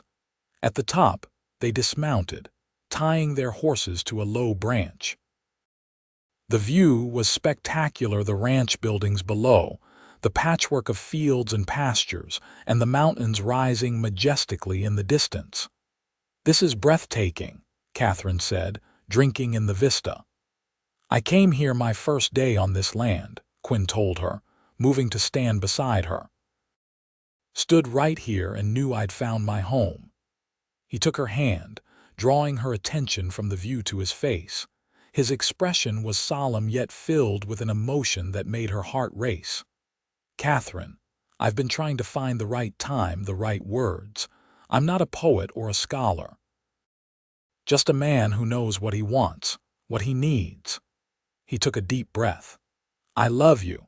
I think I started falling for you the moment you stood in Parker's office refusing to be defeated by Fleming's rejection." Joy bloomed in Katherine's chest, warm and expanding. "Quinn, let me finish," he said gently. "You came here as the children's teacher. You've become their comfort, their guide, the mother they lost. You've become my partner, my confidante, my strength." He reached into his pocket, withdrawing a small velvet pouch. "I want you to be my wife." From the pouch, he pulled a ring, a simple gold band set with a small pearl. "It was my mother's," he explained. "Abigail kept it safe all these years. She'd be happy to know it was yours." Tears filled Katherine's eyes. "Ask me," she whispered. Quinn smiled, taking her hand. "Katherine Wilson, will you marry me? Be a mother to these children who already love you. Be my wife, my partner in everything, this ranch, our life, our future." "Yes," she said without hesitation. "Yes to all of it." Quinn slipped the ring onto her finger, then pulled her into his arms, kissing her with a passion that left them both breathless. When they finally parted, he kept her close, his forehead resting against hers. "I never expected this," he admitted.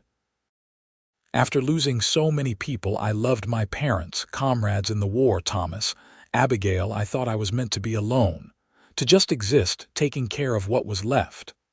And now," Katherine prompted softly, "now I want to live again, build something new with you."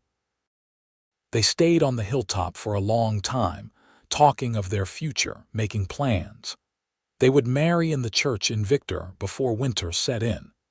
Katherine would move from the cabin to the main house, to the master bedroom that would now be theirs. The children would formally become hers through adoption, though as Quinn pointed out, they were already hers in every way that mattered.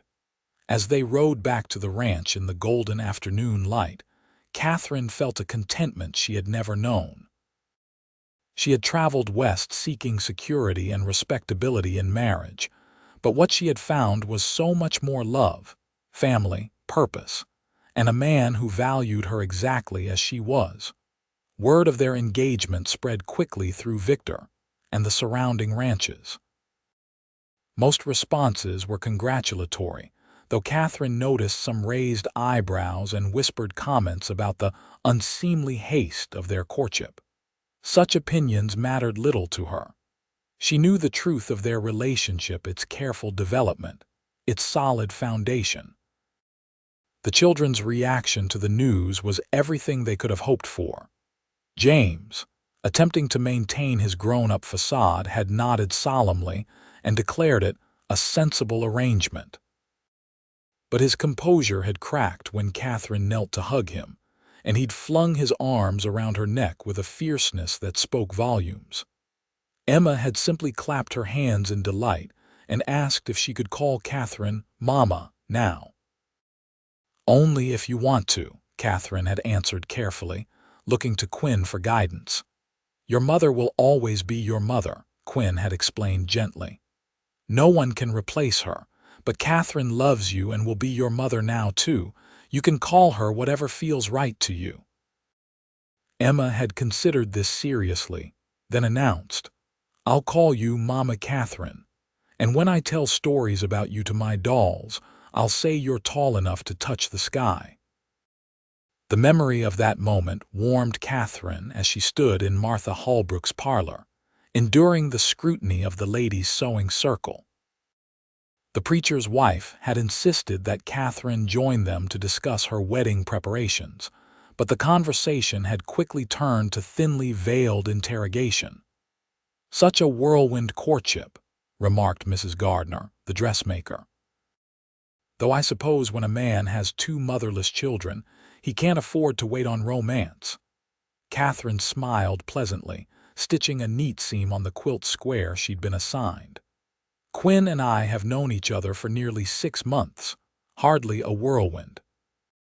"Still," persisted another woman whose name Katherine couldn't recall, "from governess to wife is quite a leap in status. Quite fortunate for you."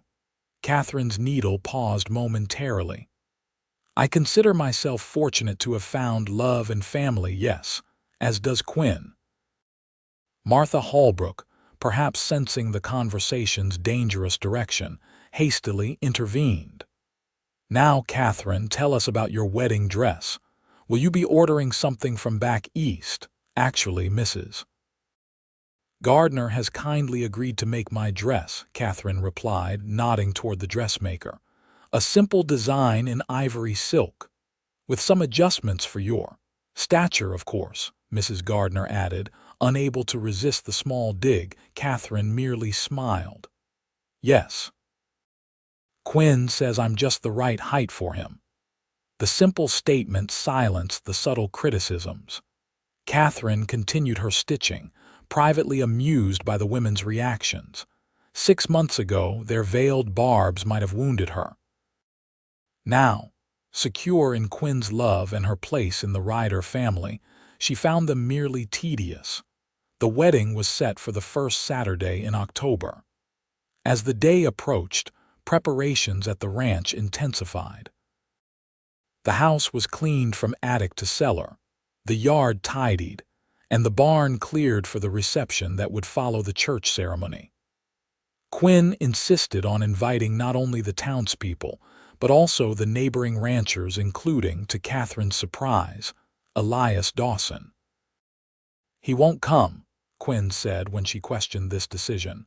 "But not inviting him would be seen as weakness, as fear. We have nothing to fear anymore." Katherine wished she shared his confidence. Though there had been no further incidents since the fence line fire, she couldn't shake the feeling that Dawson wasn't finished with them. 3 days before the wedding, Quinn rode into town with James to collect Katherine's wedding ring and final supplies for the celebration. Katherine spent the morning teaching Emma her letters, then set the child to practicing while she began preparations for a special dinner. Quinn had promised to bring back steaks from the butcher in town, a rare treat to celebrate their last few days as an unofficial family. She was in the kitchen, kneading dough for bread, when Emma ran in from the parlor where she'd been practicing her writing. "Mama Katherine, someone's coming." Katherine wiped her hands on her apron, moving to the window. A single rider was approaching a stranger, not one of their hands. Something about the man's posture set alarm bells ringing in her mind. "Emma, go upstairs to your room. Stay there until I come for you or until Uncle Quinn gets home." The little girl hesitated. "Is it a bad man?"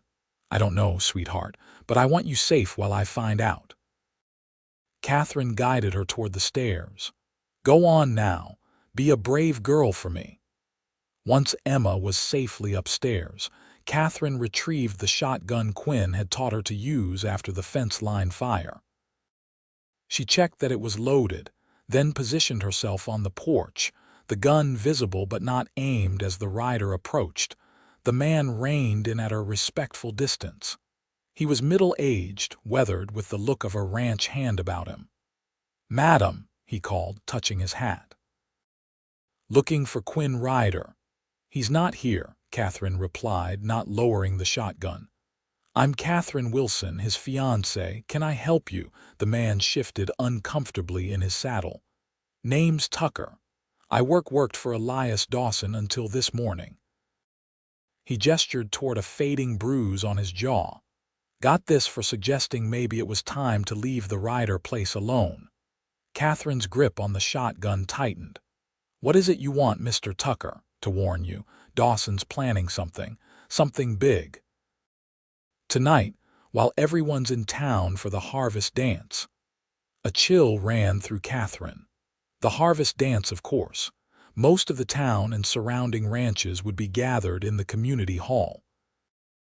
The Ryder ranch would be minimally staffed, with only Katherine, Emma, and a couple of hands remaining behind. Quinn and James had planned to return from town in time for dinner. Then Quinn would go back for the dance, representing the ranch while Katherine stayed with the children. "What exactly is he planning?" Katherine demanded. Tucker shook his head. "Don't know details. Just overheard him telling his sons they'd settle the Ryder problem once and for all tonight. Said something about fire." Katherine's blood ran cold. Fire, the most devastating threat to an isolated ranch. "Why are you telling me this? Why betray your employer?" "Worked for Dawson 15 years, Tucker said grimly. "He was always hard but fair. Since this thing with your man started, he's changed. Obsessed. I don't mind tough work, but I draw the line at burning out a family with children." He touched his hat again. "I've said my piece. Be careful, madam." With that, he wheeled his horse and rode away, leaving Katherine on the porch with her thoughts racing. She had to warn Quinn immediately. But how? He and James were in town, miles away, and the ranch's only other horse fast enough to catch them was out with Joel checking the north pasture. As if summoned by her thoughts, she spotted Joel riding in from the direction of the creek.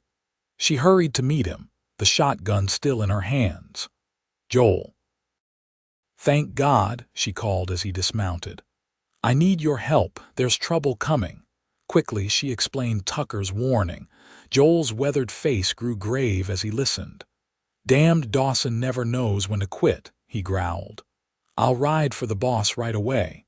"No," Katherine decided. "I need you here to organize our defenses. I'll go myself." Joel looked doubtful. "Miss Katherine, it's a hard ride to town." "I can ride as well as any man on this ranch," Katherine interrupted, a plan forming in her mind. "Give me your horse. He's fresh and fast. I'll find Quinn and bring help." After a moment's hesitation, Joel nodded. "All right, but take this." He handed her his revolver. "Just in case." Katherine tucked the gun into her skirt pocket, then hurried into the house. She called Emma downstairs, explaining that she needed to find Uncle Quinn in town. "Joel will stay with you along with Mrs. Pierce," she said, referring to the cook who came 3 times a week. "Be a good girl and mind them."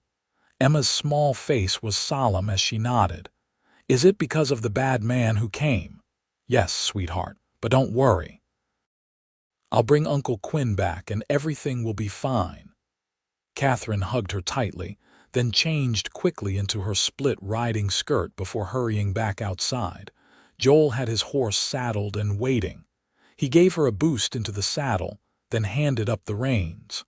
"Ride hard, Miss Katherine. Don't stop for anyone. The boss should be at the general store or the gunsmith's." Katherine nodded, gathering the reins. "Protect Emma. And Joel, thank you." With that, she turned the horse toward town and urged him into a gallop. The wind whipped at her hair, pulling pins loose until it streamed behind her like a chestnut banner. The countryside flew by in a blur of autumn colors and dry grass. Katherine rode as she had never ridden before, driven by fear for her family and determination to prevent Dawson's attack. She reached Victor in record time, the horse lathered but still strong. People on the boardwalk stopped to stare as she thundered down the main street, but Katherine had no time for explanations or propriety. She reined in sharply at the general store, dismounting before the horse had fully stopped. Inside, she found Quinn examining a bolt of cloth with James at his side. Both looked up in shock at her sudden appearance, hair wild, cheeks flushed, riding clothes dusty from the hard ride. Katherine. Quinn was at her side instantly, concern etched on his face. "What's happened?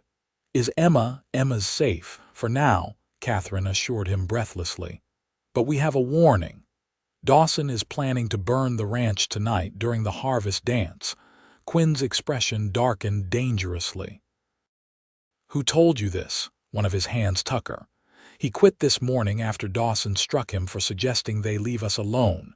Katherine gripped Quinn's arm. "I believe him, Quinn. The man had no reason to lie." Quinn nodded grimly. "So do I." He turned to the storekeeper. "Parker, we need the sheriff. Now." While Parker hurried to find the sheriff, Quinn lifted James onto a chair, kneeling to meet his eyes. "James, I need you to be brave. You'll stay here in town with Mrs. Parker while Katherine and I go back to the ranch with the sheriff." The boy's face was pale but determined. "I want to help protect Emma." "You are helping," Quinn assured him, "by staying safe. One less person for us to worry about." Katherine touched the boy's cheek gently. "Your uncle is right, James. The bravest thing sometimes is waiting." When the sheriff arrived, Quinn explained the situation succinctly. The lawman, a grizzled veteran of frontier conflicts, listened with growing concern.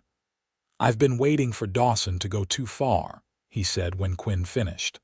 "But attacking a family ranch, that's beyond the pale, even for him." He buckled on his gun belt with purpose.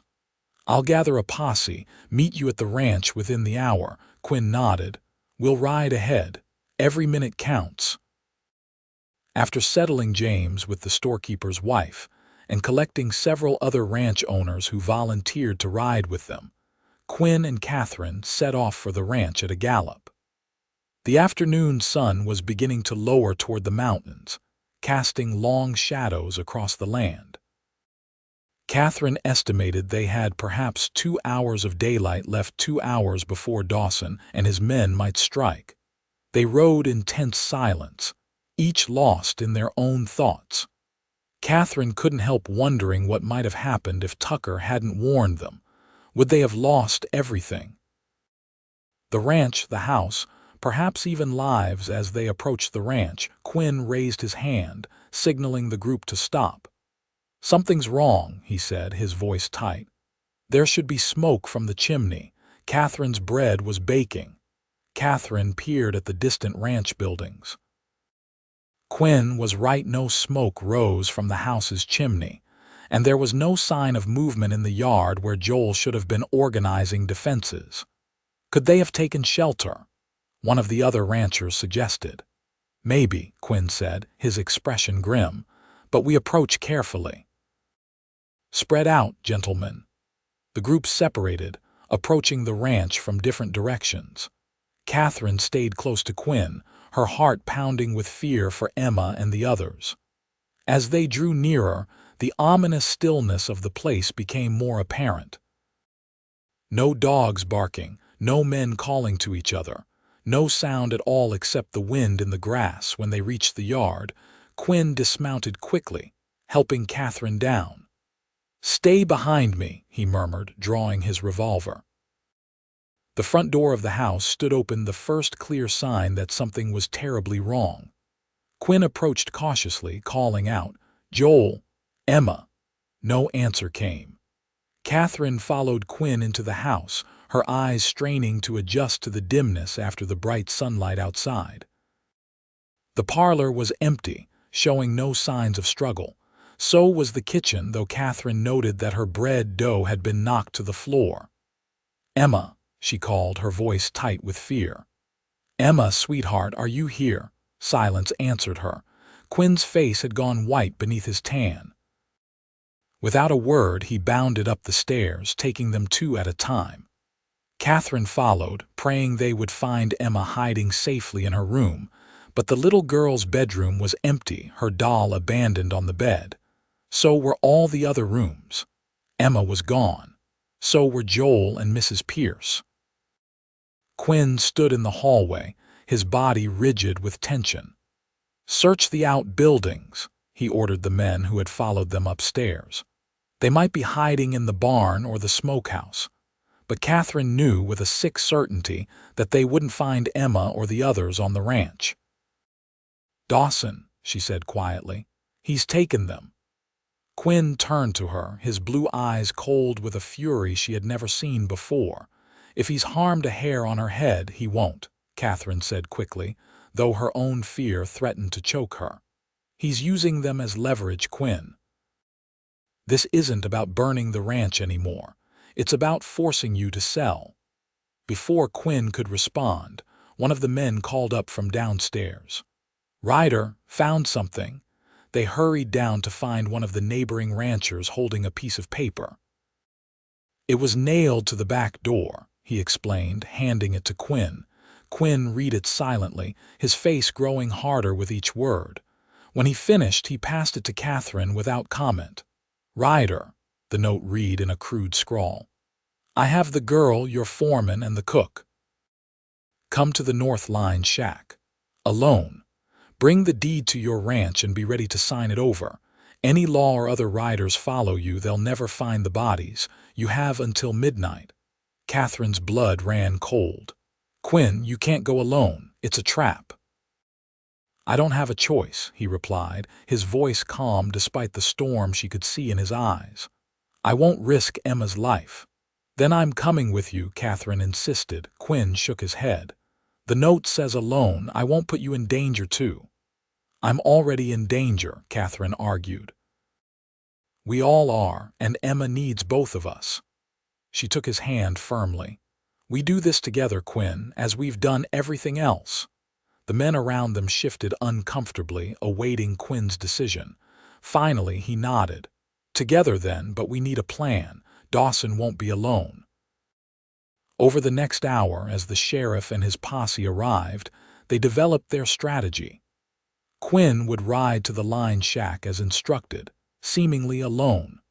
Katherine, dressed in dark clothing, would follow at a distance, using the terrain for cover. The sheriff and the other men would circle around to approach the shack from the rear, waiting for Quinn's signal before moving in. As darkness fell, they prepared to put their plan into action. Katherine changed into a dark riding skirt and Quinn's spare shirt, binding her hair tightly under a bandana. The revolver Joel had given her was securely holstered at her waist. "Be careful," Quinn said as they stood together in the yard, the others giving them a moment of privacy.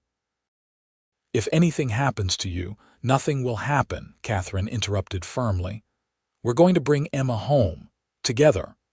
Quinn nodded, then pulled her into a fierce embrace. "I love you, Katherine Wilson. After tonight, let's not wait any longer to be married. Life's too uncertain." "Tomorrow," Katherine agreed, holding him tightly. "As soon as this is over." Then it was time. Quinn mounted his horse, the false deed tucked into his jacket, and rode north toward the line shack. Katherine waited 10 minutes, then followed, keeping to the shadows and using the rolling terrain to mask her approach.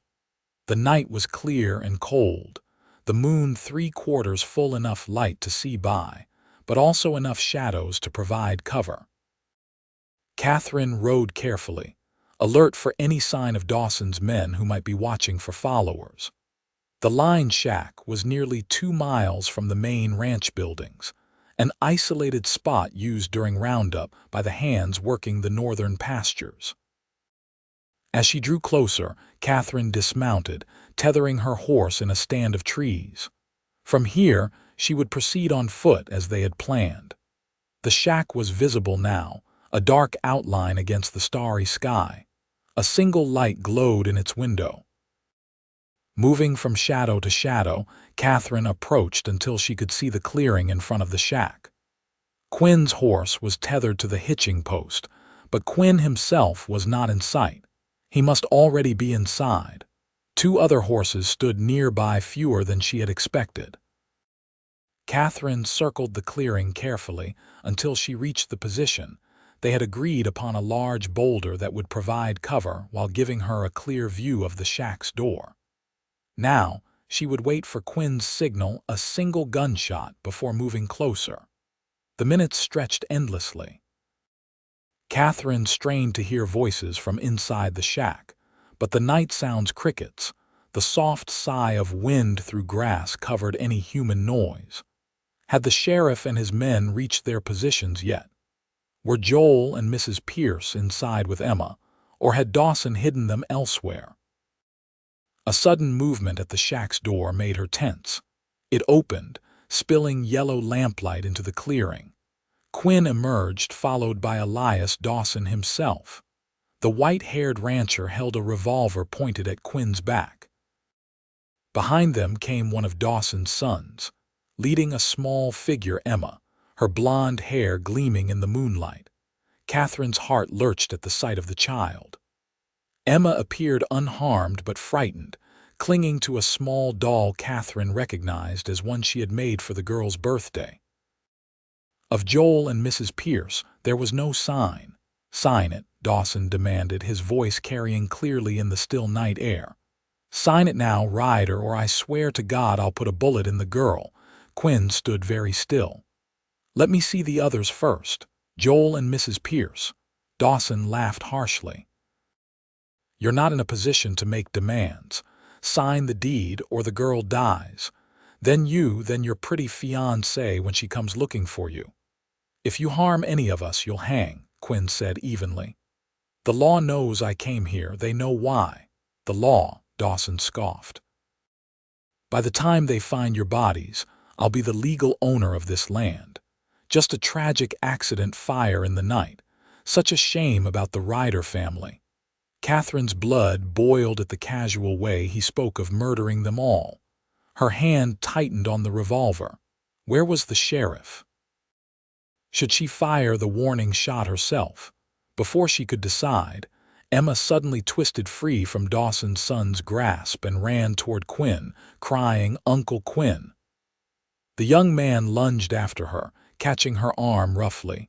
It was the opening Quinn needed. In one fluid motion, he drew the revolver concealed beneath his jacket and fired into the air the signal. Instantly, Katherine stepped from behind the boulder, her own weapon raised. "Let her go," she called clearly. "It's over, Dawson." Chaos erupted. Dawson swung his gun toward Katherine, but Quinn tackled him before he could fire.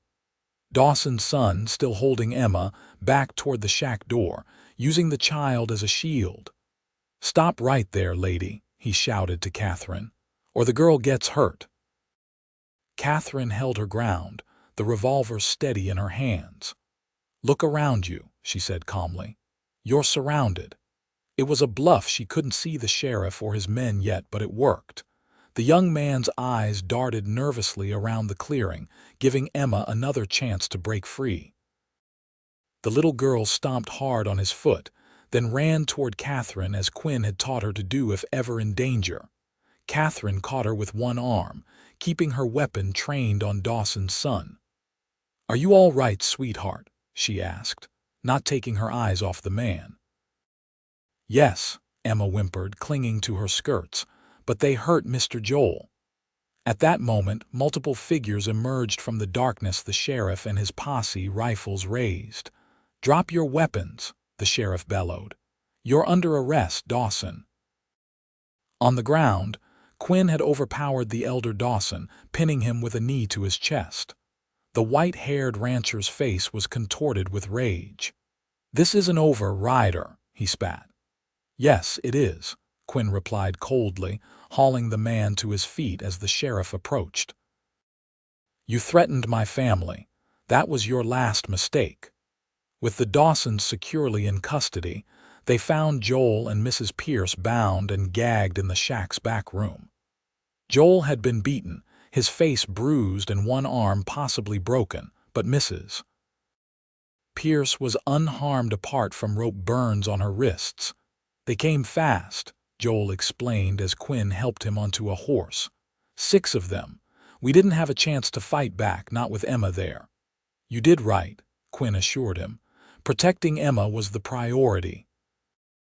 The ride back to the ranch was slow due to Joel's injuries. Katherine kept Emma in front of her on the saddle, the child exhausted but finally safe.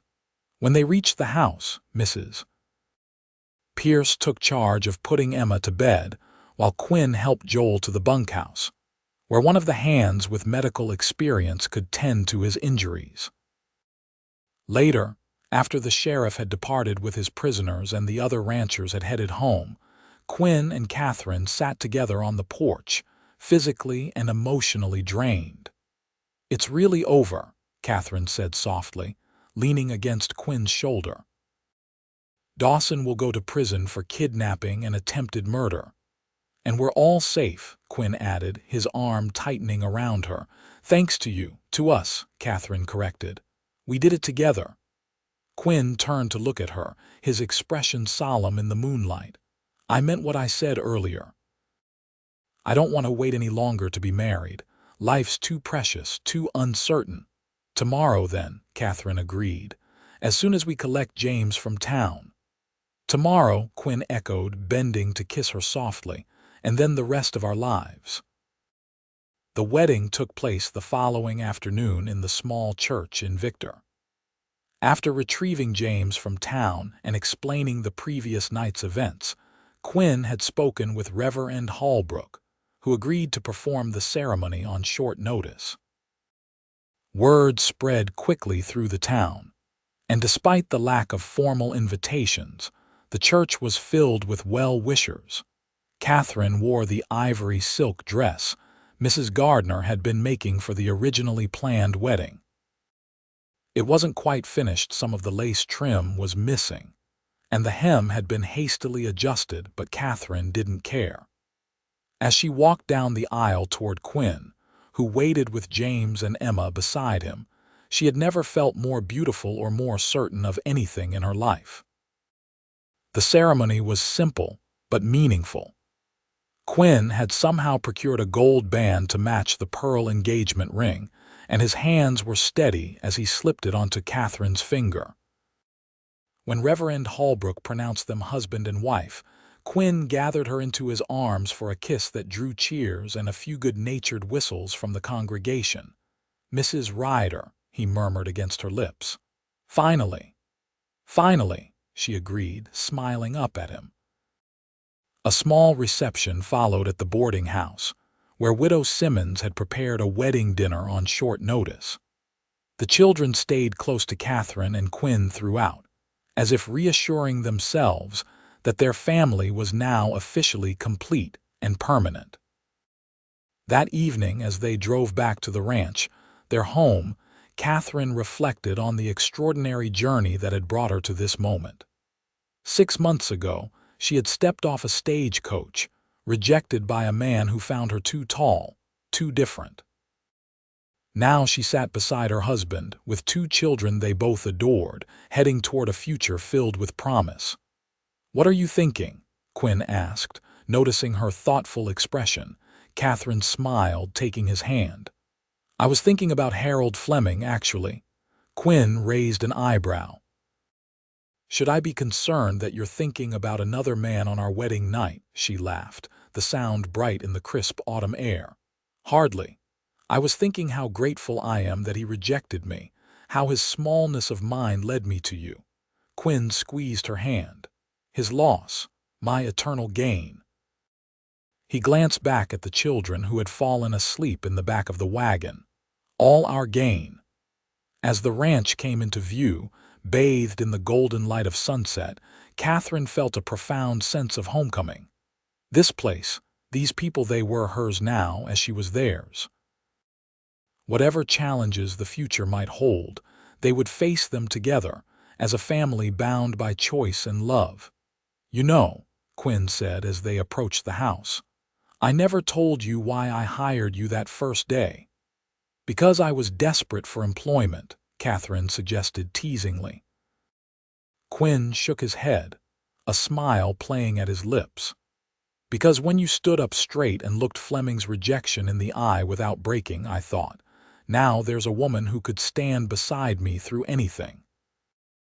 And then you looked at me, and for the first time, I didn't feel like I was facing the world alone."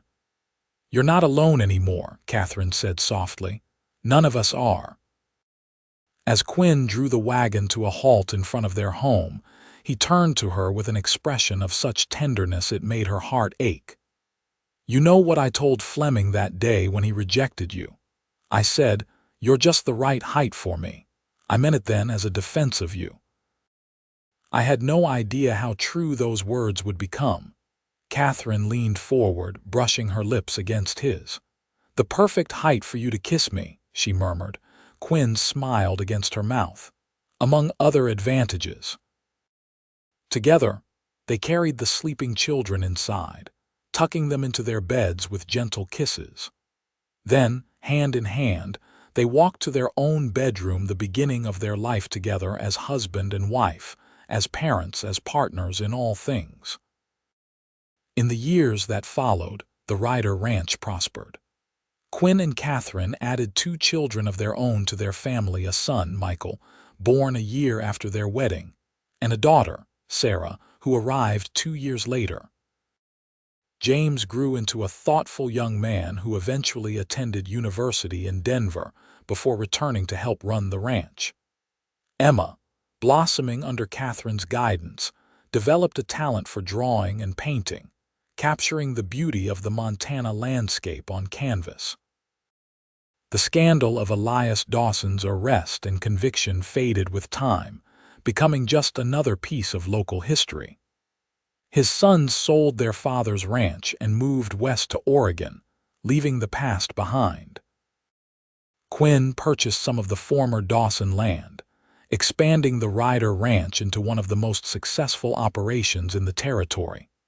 As for Katherine, she never regretted her journey west or the rejection that had seemed so devastating at the time. On warm summer evenings, she and Quinn would often sit on the porch watching their children play in the yard, his arm around her shoulders, her head resting against him, perfectly matched despite their differences, or perhaps because of them. "Do you ever wonder what would have happened if Fleming hadn't rejected you?" Quinn asked once on their 10th anniversary. Katherine shook her head. "No. I believe we were meant to find each other one way or another, though I'm glad it happened sooner rather than later." Quinn chuckled, pulling her closer. "So am I. Every day with you is a gift I never expected to have." "And every day," Katherine replied, smiling up at the tall, strong man who had become her life's companion, "I'm grateful that you thought I was just the right height for you."